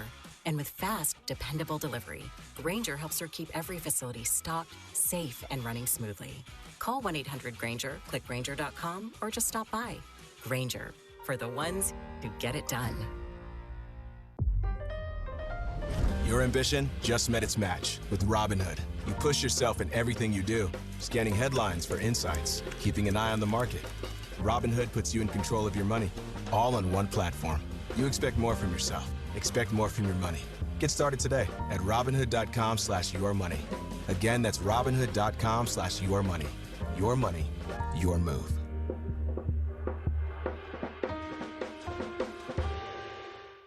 Oh, hello. It's me, the calculator that lives inside of TaxSlayer. I love numbers. Like 100, as in 100%, as in TaxSlayer's 100% accuracy. Guaranteed. And 0, as in $0, as in it costs $0 to file and get the refund you deserve with TaxSlayer Simply Free, if you qualify. Simply Free is available to a limited number of taxpayers with age, income, credit, and deduction restrictions. See TaxSlayer.com for eligibility requirements. TaxSlayer. File fearlessly. Today's broadcast of the Ivy League Men's Championship on Westwood One is intended solely for the private, non-commercial use of our audience. Any reproduction, retransmission, or other use of this broadcast without the express written consent of the Ivy League, JMI Sports, and Westwood One is strictly prohibited. 2:58 to go. Yale 71, Penn 65. Well, Kim, when it gets down to crunch time, you need the player of the year to step up, and Nick Townsend has done exactly that for Yale in these last couple of minutes. And Nick Townsend is a senior who I think the light went off. Hey, if I don't start scoring a little bit more, I may not get another trip to the big dance. Nick Townsend was passing out of the post a lot in the first half. Last couple of trips down the floor, he's just had his eye on the prize and is just taking it at the Penn defenders. He's up to 17 points, but you see the assist numbers as well. 6 assists, just 2 turnovers for Townsend. If you haven't seen Nick Townsend play, they list him at 6'7". I'd say 6'5", maybe. He's built like a fullback. He's not going to blow you away with his athleticism, but he plays hard and he is strong. Foul before the timeout on Seliskar. Penn is in the bonus, so TJ Power to the free throw line for a 1-and-1. 61% free throw shooter. He makes the first to earn the bonus. 31 points for TJ Power today. Average just shy of 16 during the season. 9th in the Ivy League in scoring. It's the first 30-point game of the Ivy League tournament since 2019. And he makes the second to give him 32. 71-67 Yale. Mullen into the front court, over high on the right side, working against Levine, who's poking to the ball. Mullen and Levine battling out front. Up top to Seliskar, remains on the floor with his 4 fouls. Just 2 minutes and 40 seconds to go with the contest. Mullen with it, bounce it down to Townsend. Right of the lane against Gerhardt. Townsend starts to back in. Levine is lurking. Townsend doesn't care. Spins baseline, flips it up, missed it short. Rebound inside is loose. It's out of bounds. Last touch by Yale. Gerhardt let out a big exclamation after getting the stop on that one. Townsend has really liked that one-on-one matchup against the junior Gerhardt, but Gerhardt got the better of it, and more importantly, Penn came up with the rebound. TJ Power with it in the front court for the Quakers. Power dribbles over on the left side. He's got Mullen now on a mismatch. Power trying to back his way in. Townsend comes on the help. Power spins baseline, gets inside, lays it up and in. 34 for TJ Power. We've got a 2-point game, 71-69 Yale, 2:07 to go. Power just attacked that size mismatch. It was good help from Seliskar, but a better finish around the rim from Power. Mullen with it out high on the right side. Mullen will hand it off for Braithwaite. Braithwaite up top to Simmons between the circles. Now to Townsend off the left elbow. Pitch it back. Simmons drives inside, puts it up. Shot blocked inside. Picked up by Levine. Here comes Penn down 2. Levine with it high on the right. Levine holds that dribble. He's going to back up. Quakers will get organized. 1:37 to go. 71-69 Yale. Penn basketball. Levine with it. Handed off for Zanoni. Here comes Power now. Top of the key. Matched against Simmons, the defensive player of the year. 10 to shoot for Penn. Power pounds it down with the right hand. Gives it up to Gerhardt. Back to Power. Dribbling down to the right baseline. Power backs in. Turns. Fade away from 12. Off the rim short. Rebound inside. Ripped out of there by Seliskar for Yale. 1:14 to go. Bulldogs ball. They're up 2. Well defended from Power by Casey Simmons. That's the best one-on-one matchup because he's got a tremendous wingspan to make those shots difficult. Mullen with it in the front court. Give it up to Simmons. High on the right side. It goes to Townsend. Townsend dribbles inside the free throw line. Turns. Pitch it out. Mullen left wing. Mullen dribbling behind his back. Heads left. Gets inside. Lowers his shoulder. Can't get a shot off. Finds Townsend left baseline. 3 to shoot. Townsend backing in. Has to put it up from 8 feet. Bounced it off the rim. No good. And Levine is there for the Penn rebound. Levine into the front court. 40 seconds to go. Quakers tie with a 2. Take the lead with a 3. Timeout Penn with 38.2 seconds to go in a 2-point game. That was a huge rebound from A.J. Levine, who was the smallest player on the floor. I said at times he looks like a 9th grader out there, but he got to his spot and out-jumped everyone on the floor for maybe the biggest rebound in the game up to this point. With TaxSlayer Simply Free, there's no cost to file, no surprise upgrades. Get 100% accuracy and your max refund guaranteed. See if you qualify. Now, Levine hit the game winner in overtime yesterday against Harvard to get Penn to this point. Comes up with a massive rebound. Now, 38.2 to go. 23 to shoot. Penn ball. What do you expect from Fran McCaffrey's club here? Yeah, I think you have to keep TJ Power involved in some sort of ball screen, and spacing becomes big on this one. I would try to isolate him and a screener on one side of the floor, really clear things out. And they're down 2. I don't necessarily think you need a 3 right here. If that's the best look, TJ Power has knocked down 5 from behind the arc, but I would probably think a high percentage 2 here. But players have to be ready to step up and shoot off of a kick out from Power if he draws 2 or 3 players off of a screen. Nick Townsend just gathered his Yale teammates together and screaming at him, one stop, one stop. Luth will inbound just to the right of us. 38.2 seconds remain. Penn down 2 with the ball. Luth looking to get it in. He'll find Levine. Clock begins to tick. Levine with the dribble against Mullen. Levine looking. Power comes out, sets a screen. Levine dribbling left, stop of the elbow, trying to go back to Power and does. Matched against Mullen on the switch now. Power dribbling right. Poked away by Mullen, out of bounds all the way on the far side. It'll stay with Penn with 8 to shoot. How about the defense by Trevor Mullen matched against TJ Power? Yeah, Power got the mismatch he wanted. Mullen 6'1", Power 6'9", but Mullen able to just poke that ball free from the backside. Fran McCaffrey is going to take another timeout. 8 to shoot now. 23.1 left in the game. Well, certainly the message from James Jones was about guarding TJ Power. Townsend got physical to keep him from getting the ball. And then just a great job by Mullen, as you talked about, getting down in a stance, knocking that ball loose. Power a little bit frustrated as he heads back in to that Penn huddle. And once again, Yale looking for that one stop and to make some free throws. It has been a heroic effort from this Penn team today. Without Ethan Roberts, their leading scorer, winning in overtime yesterday against Harvard, then getting down right off the bat in this game. Remember TJ Power, he had a bad start. His first shot was an air ball. He was one of his first 5. But they have fought back, and they're right there in it, Kim, at the end. Yeah, and I would kind of go with the same philosophy here. Obviously, you want to get the ball to the player who has 30-plus points in this game, but now there has to be a stronger intention here because a lot of time went off that shot clock. Just 8 seconds remain, so Power doesn't have time to catch it and dribble around and create. Maybe they look to get him on the block a little bit, but again, spacing has to be big. You can really only have one other player on that side of the floor with him, and players have to be ready for a quick kick out. Penn coaches spent a long time talking about what they wanted to do. Fran McCaffrey ducks into the huddle, draws something up on the board. Penn will inbound on the far sideline. 8 seconds to shoot, 23.1 to go in the game. Yale 71, Penn 69.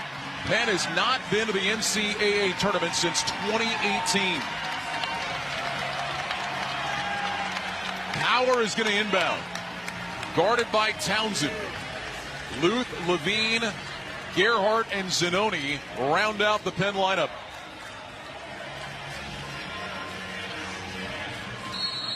Power will throw it in. Power looking. Still looking. Still looking. Gets it into Levine in the backcourt. Levine dribbling. Levine into the paint. Lowers his shoulder. Flipped it up off the glass. No good. Rebound tipped and grabbed by Breakaway. Fouled by Luth with 16.2 to go. A.J. Levine went driving to the bucket. His defender, I think it was Mullen, just kind of pulled the chair, Kim, and Levine, expecting contact that never came, threw the ball up off the glass. Yeah, he was out of control for sure. It was an interesting look to have Power inbounding the ball. Levine was the hero of last night, but totally out of control going at the rim. Sixth foul, so Yale has to inbound. They get it into Mullen. Luth is chasing him, and now Luth will give the foul with 12 seconds left. And Mullen will go to the line, an 89% free throw shooter for a 1-and-1.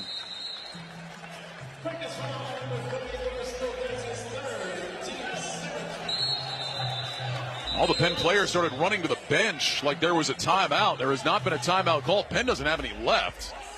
Yale's got 2. Trevor Mullen at the line. He is 4 for 4 in the game. 89% on the year for Mullen. Needs the first to earn the bonus. If he hits both, he puts Yale in an advantageous spot, up 2 possessions. But it all starts with the first for Trevor Mullen. It's up. It's good. He will earn the bonus. Again, no timeout for Penn.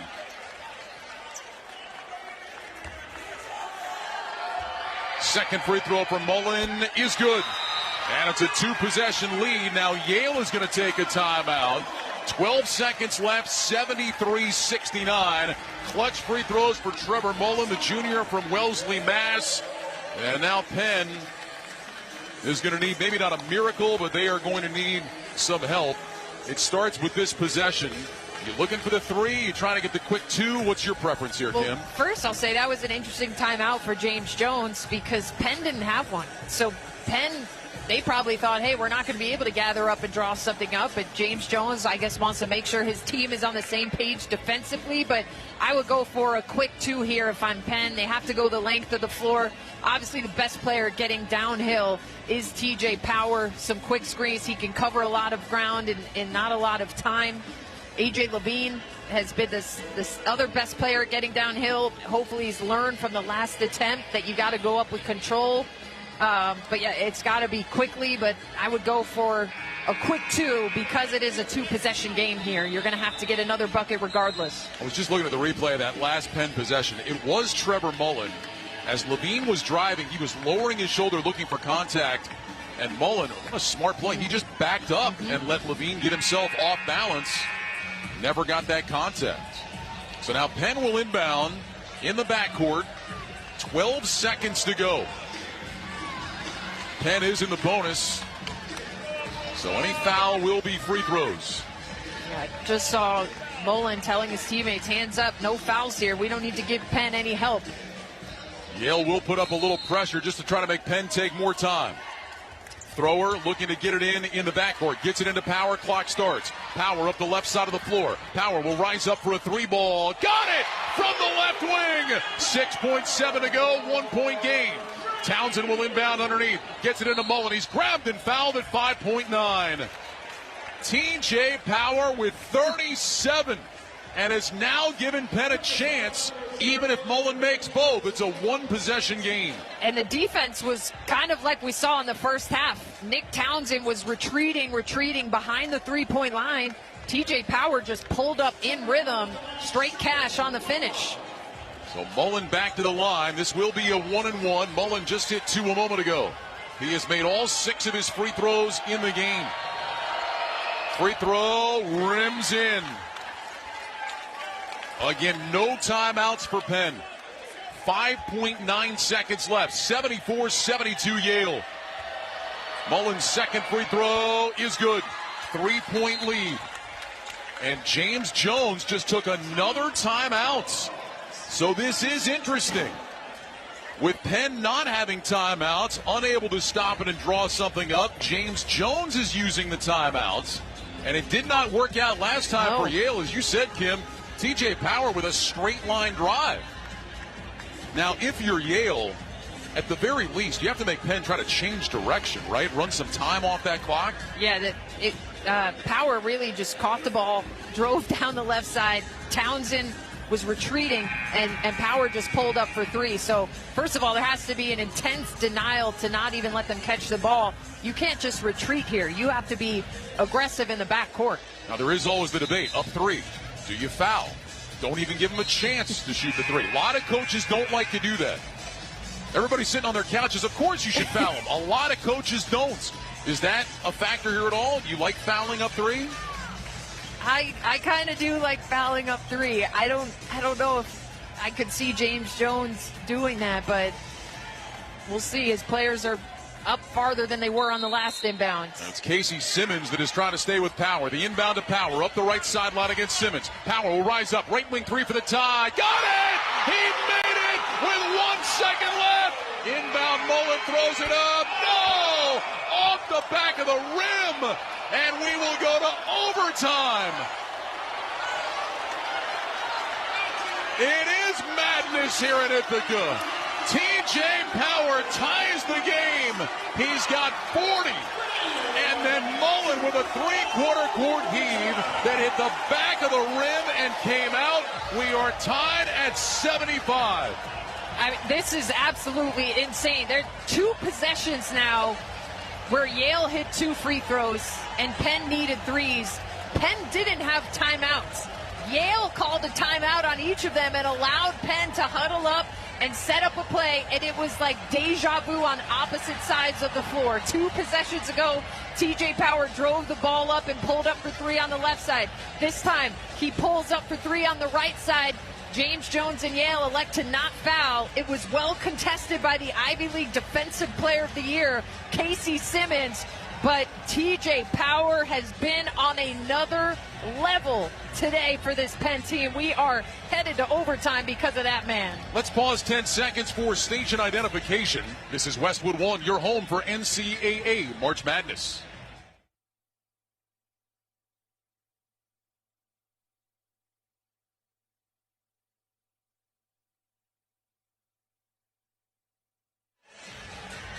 Along with our producer Dave Hagan, engineer Sam Brugillo, and Kim Adams, Ryan Radke with you in Ithaca, New York. 5 minutes go on the clock. Overtime is coming in the Ivy League championship game. Yale 75, Penn 75. Casey Simmons was despondent after that 3 went in from TJ Power. I don't know there's much more Simmons could have done. I mean, he was right there with the hand up, and it has been TJ Power's day. 40 points for the junior from Shrewsbury, Mass. Unbelievable. And Nick Townsend, the senior teammate of Casey Simmons, went up to him right away with a smile on his face and said, we got to turn the page. Time for overtime. But wow, Yale elects to not foul up 3, and TJ Power burns him. I think there will be some questions asked, not fouling and also calling the timeouts, as you talked about, when Penn didn't have any. So here we go. Overtime begins with a jump ball. Alaton against Luth, and the tap is controlled by Penn. Zanoni will handle for the Quakers. 75 apiece. Zanoni out to Power. Power dribbling left, and what do we have? It's going to be a foul against Townsend, or it's going to go against Mullen. Levine hit the deck, and they're going to say that it was a Mullen push that sent him there. So the second foul against Trevor Mullen. And this will be free throws now for A.J. Levine. Still in 1-and-1 territory. Levine is just a 63% free throw shooter. He has not been to the line in the game today.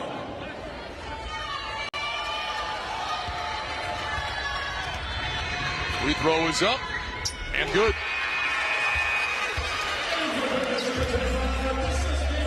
Gerhardt back into the Penn lineup. Thrower will sit. One more free throw here for Levine. Trying to give Penn the lead. Levine steadies. It is up. It is good. So 9 points for A.J. Levine. Penn strikes first in overtime. 77-75 Quakers. And now some full court pressure. 1-2-2 press from the Quakers. Mullen across the timeline for Yale. Has it high on the right side above the hash mark. Dribbles out between the circles. Simmons will pop out to take it. Simmons looking. Get it to Townsend over on the right side to Mullen. Mullen looking. Bounce pass to Townsend on the right baseline. Skip pass. Stolen by Levine. He took it away from Seliskar. On the run. Levine weaving, looking. Bounce it up top. Gerhardt. He'll hand it off Power. He had a 40-point night. Power dribbles over on the left side, down towards the corner, working against Simmons. Power trying to back his way in. Power starts to back down, turns baseline, step through, pump fake, can't lose Simmons. Up top, Levine, wide open three. Front of the rim, no good. Seliskar has the rebound for Yale. That was wide open for Levine. The defense completely lost sight of him. Mullen with it up top. And now we've got a whistle and a foul. This is going to go against Penn. Alaton was wrestling with his defender inside. And Levine hit the deck. That's going to be the fourth foul against Levine. Or is that number 5? That is his 5th. A.J. Levine. And now I think they're going to go look at this. Levine hit the deck. He was holding his face. Levine is signaling that he caught an elbow to the chin.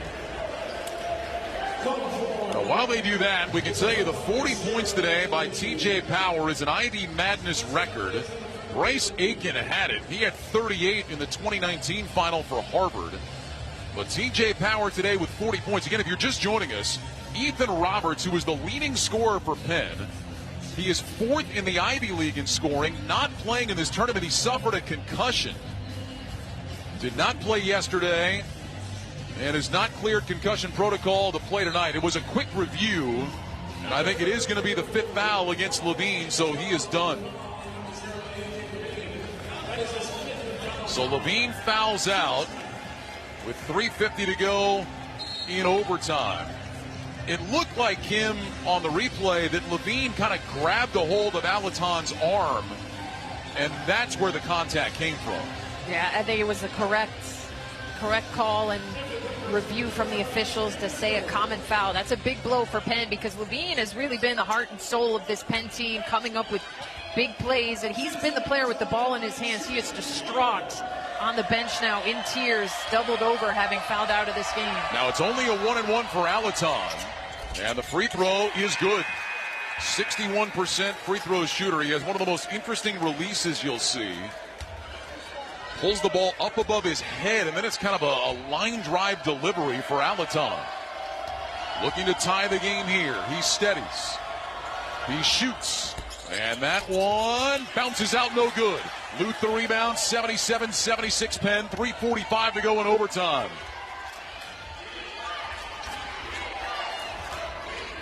Thrower with it out between the circles. Bounce it over to Gerhardt at the right elbow. Gerhardt looking, lets Power clear through. Turns, faces up, now hands it back to Power on the right wing. Power dribbles up to the top of the key. He's got Alaton on him. Alaton reaches in, pokes it away. Simmons trying for the steal. He got it! Up ahead. Simmons to the basket. He'll jam it down with 2 hands. Yale back in front, 78-77 in OT. 17 for Simmons. Alaton poked it away. Simmons got it, went end to end. Now Power dribbling right down the lane, throws up a wild shot. No, but a foul. He'll go to the line. Yale thought that Power got away with a travel on the catch. I thought he did as well. He kind of awkwardly caught it, was going to hand it back to the teammate, kept it. I thought he took a little bit of a hop step. And certainly a little out of sorts without A.J. Levine in this game to command the offense, but they come up with a drawn foul for Power. So Power to the free throw line. First one is on the way and good. That'll tie the game at 78. You can listen to any and every basketball game we broadcast for free at WestwoodOneSports.com or on the Westwood One Sports app. Download it today. Foul, by the way, was against Townsend, his second. Powers' free throw is up. It is good. And Penn is back in front, 79-78.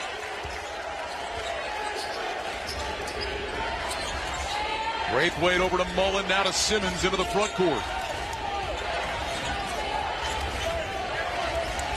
Mullen up top, back to Simmons. And staying in this zone. Mullen with it, high on the right side, dribbles to the free throw line, rises up for the jumper, front of the rim, no good. Fight for the rebound inside. Power had it, lost it. Selisgar puts it up, that's no good. Ball loose underneath. Townsend has it. He's surrounded. 3 Penn defenders there. Out to Braithwaite in the right corner. Yale will get set up. Up the sideline it goes to Mullen. 2:28 to go in overtime. Yale down 1 with the ball. Mullen dribbles left to the elbow. 17-foot jumper off the rim short. Rebound volleyballed around again. Gerhardt had it tied up and fouled. A foul against Yale with 2:20 to go. And Gerhardt will walk to the other end and shoot free throws. No, they changed the call. It's a held ball, Yale possession. The officials got together and talked about it. And they have overruled the call. They call a held ball, and Yale will have it. Wow. Mullen will inbound, get it into Townsend. Back to Mullen in the right corner, and he stepped out of bounds. Mullen stepped out of bounds, taking the handoff, and now Penn will have it. What a wild sequence of events. We're seeing the replay of that foul that was then changed to a jump. It did actually look like it was a jump, but then Yale gives it right back up to the Quakers. So Penn ball up 1 in overtime. 79-78 Penn. Quakers looking for their first trip to the tournament since 2018. Power with it out high on the right side. Dribbling left against Selisgar. Stop at the free throw line. Pitch it out. Thrower. Thrower dribbles over on the left. Thrower step back 3 from the wing. Got it! Thrower was 17. Penn leads 82-78. Inside 2 to go in overtime. Selisgar has it left wing. 3 in response is good. Back to a 1-point game. 1:40 to go. 82-81 Penn. Trading blows. Penn saying, let's walk it up. Take a deep breath here. Thrower in the front court. Yo-yos the dribble out front. 1:27 to go. Thrower dribbling right, down to the block, leans in, puts it up, missed it short, grabbed his own rebound and scores off the glass. Back-to-back buckets for Thrower. 84-81 Penn, 1:17 to go in OT. Thrower has been unreal, averages 5 points per game on the season. Selisgar with it out top, over to Simmons on the left wing. Simmons puts it on the deck, bounce it to Townsend, left to the lane, he's double-teamed immediately. Dribbles out of it, bounce pass to Braithwaite at the free throw line. Mullen on the right wing, in the corner, Selisgar, 3 for the tie, short. Townsend the offensive rebound, though, for Yale. Inside a minute to go, Yale basketball down by 3. Mullen backs up the dribble, 47 seconds left. Mullen with it, picks up his dribble, get it to Townsend. Townsend 1 dribble, handoff Braithwaite, 7 to shoot. Braithwaite dribbling left, get it back to Townsend, knocked away by Thrower out of bounds. It'll stay with Yale, but just 3 to shoot. 37.6 to go in the game. Quick reaction from Thrower, rotating over quickly to break up that pass that was coming out of the double team into the Ivy League Player of the Year, Townsend. Yale will inbound on the near sideline in the front court, just 3 to shoot. Braithwaite will throw it in. Braithwaite to Townsend. Townsend dribbling right into the paint, puts it up on the run. Can't finish, and Luth grabs the rebound. Now we've got a whistle. And I think they're calling a foul on Yale on the rebound. I saw someone signal a shot clock violation. A couple different things were called. A lot of confusion amongst the coaches right now. Yeah, that shot did not hit the rim, so that very easily could be the call. They're going to look at it. I would imagine, Kim, that they did call a shot clock violation, and they want to see that the clock is correct, which right now shows 33.5. So they're going to take a look. Right now the clock at 33.5. That shot did not hit the rim. Luth grabbed the rebound.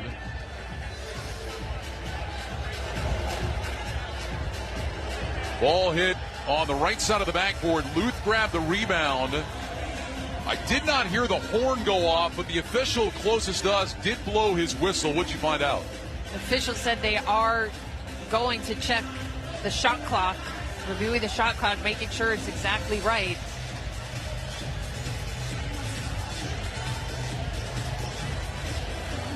So officials talking about it here.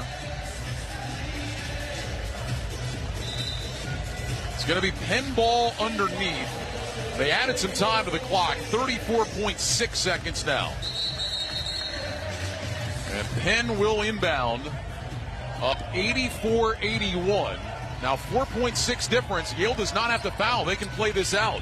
Yeah, it's interesting. I mean, you could foul later in the possession because it is not a lot of time to go the length of the floor, but certainly plenty of time to try to force up a turnover here with full court pressure on. Full court pressure is put up. Inbound stolen away. Mullen got it for Yale. And a timeout taken by James Jones with 30.9 to go. Mullen stepped in, intercepted the inbounds pass, and Yale takes time. This game cannot get any crazier. I mean, it doesn't get easier than what Mullen just did. Luth from Penn, the 6'7" forward, tried to get it in to Zanoni, and Mullen just wrapped his arm and deflected it and basically took it right out of Penn's hands. And that's when you have a young forward inbounding the ball in Luth. They're not used to being in those situations. All right, let's talk about what Yale is going to do now. 30.9 to go. They're down 3. First available. Quick 2, play the foul game. What do you like here for James Jones? Yeah, so the shot clock is at 28, almost 3 seconds between. So I would probably work for a quick available shot, whether that's a 2 or a 3. They're 8 of 21 from 3. I would probably try to go quickly here, whatever is the best available shot. Braithwaite to inbound. Braithwaite into Mullen. Mullen over to Simmons. He nearly had it taken away. Simmons with it back to Mullen. Left wing 3 for the tie. Around and out, no good. Power taps the rebound into the air and grabs it for Penn. Power on the run into the front court. Weaving through traffic. Fouled as he makes a pass ahead with 17.9 to go. And Power will go to the line, trying to make it a 2-possession game. Foul against Mullen, his 3rd. He had a pretty good look, but could not make the 3. And now TJ Power going to the line to shoot 2. Yeah, they had a really good look at it. Mullen off of a flare screen, but Power comes up with a big-time board. So TJ Power, 42 points in the game for Power. 7 for 7 at the line. His first is good. No timeouts for Yale, so they're going to have to get it and go. Power with a deep breath. Second free throw coming. And it is good. 86-81 Penn. 44 for TJ Power. Simmons will sit. Fox is in. Inbound to Mullen. Racing up the floor. Mullen with it on the left. Makes the pass over to Fox. Step back 3 from the wing. Is good. 11.2 to go. 86-84. Inbound to Zanoni. Townsend tried to trap him and take the ball away, and now fouls with 7 seconds left. So Riley Fox just off the bench hits the 3 to make it 86-84. And now monster free throws at the other end for Michael Zanoni, who has gone 44 of 48 at the line on the season. That was an insane shot from Riley Fox, who had just 2 points in this game. He looked extremely confident swishing that 3. Zanoni at the line for the first of 2. It's on the way. It is good. Used the entire rim, but found its way in. And now the big one for Zanoni to make it a 2-possession game with 7 seconds left.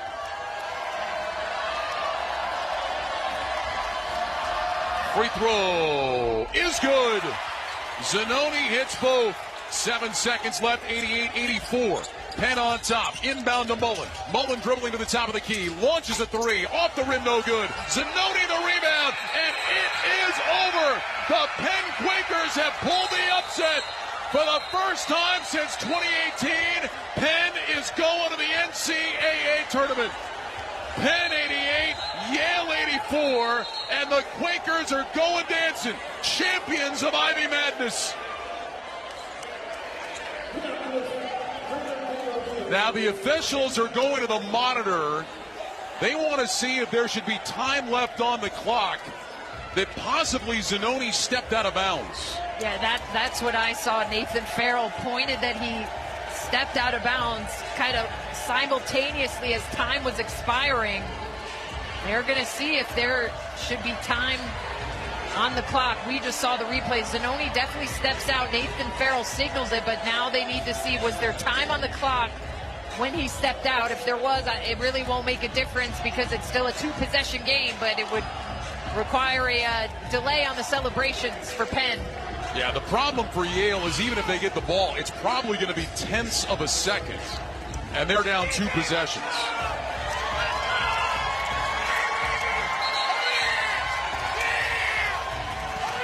Penn players back out on the court, urging their fans. It's going to be 0.5 on the clock. It is going to be Yale ball, but only 0.5 seconds. So no realistic hope for the Bulldogs.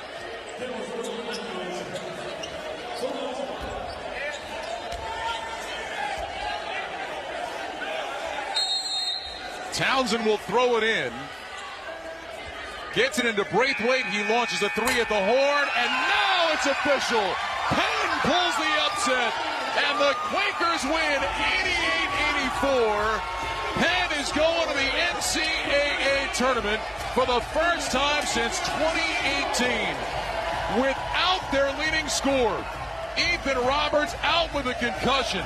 Penn gets a monster game from TJ Power. He goes for 44, and the Quakers stun Yale to win Ivy Madness.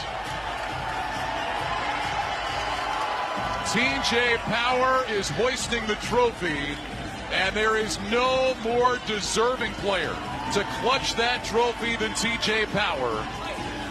Absolutely brilliant today. 44 points, 14 rebounds,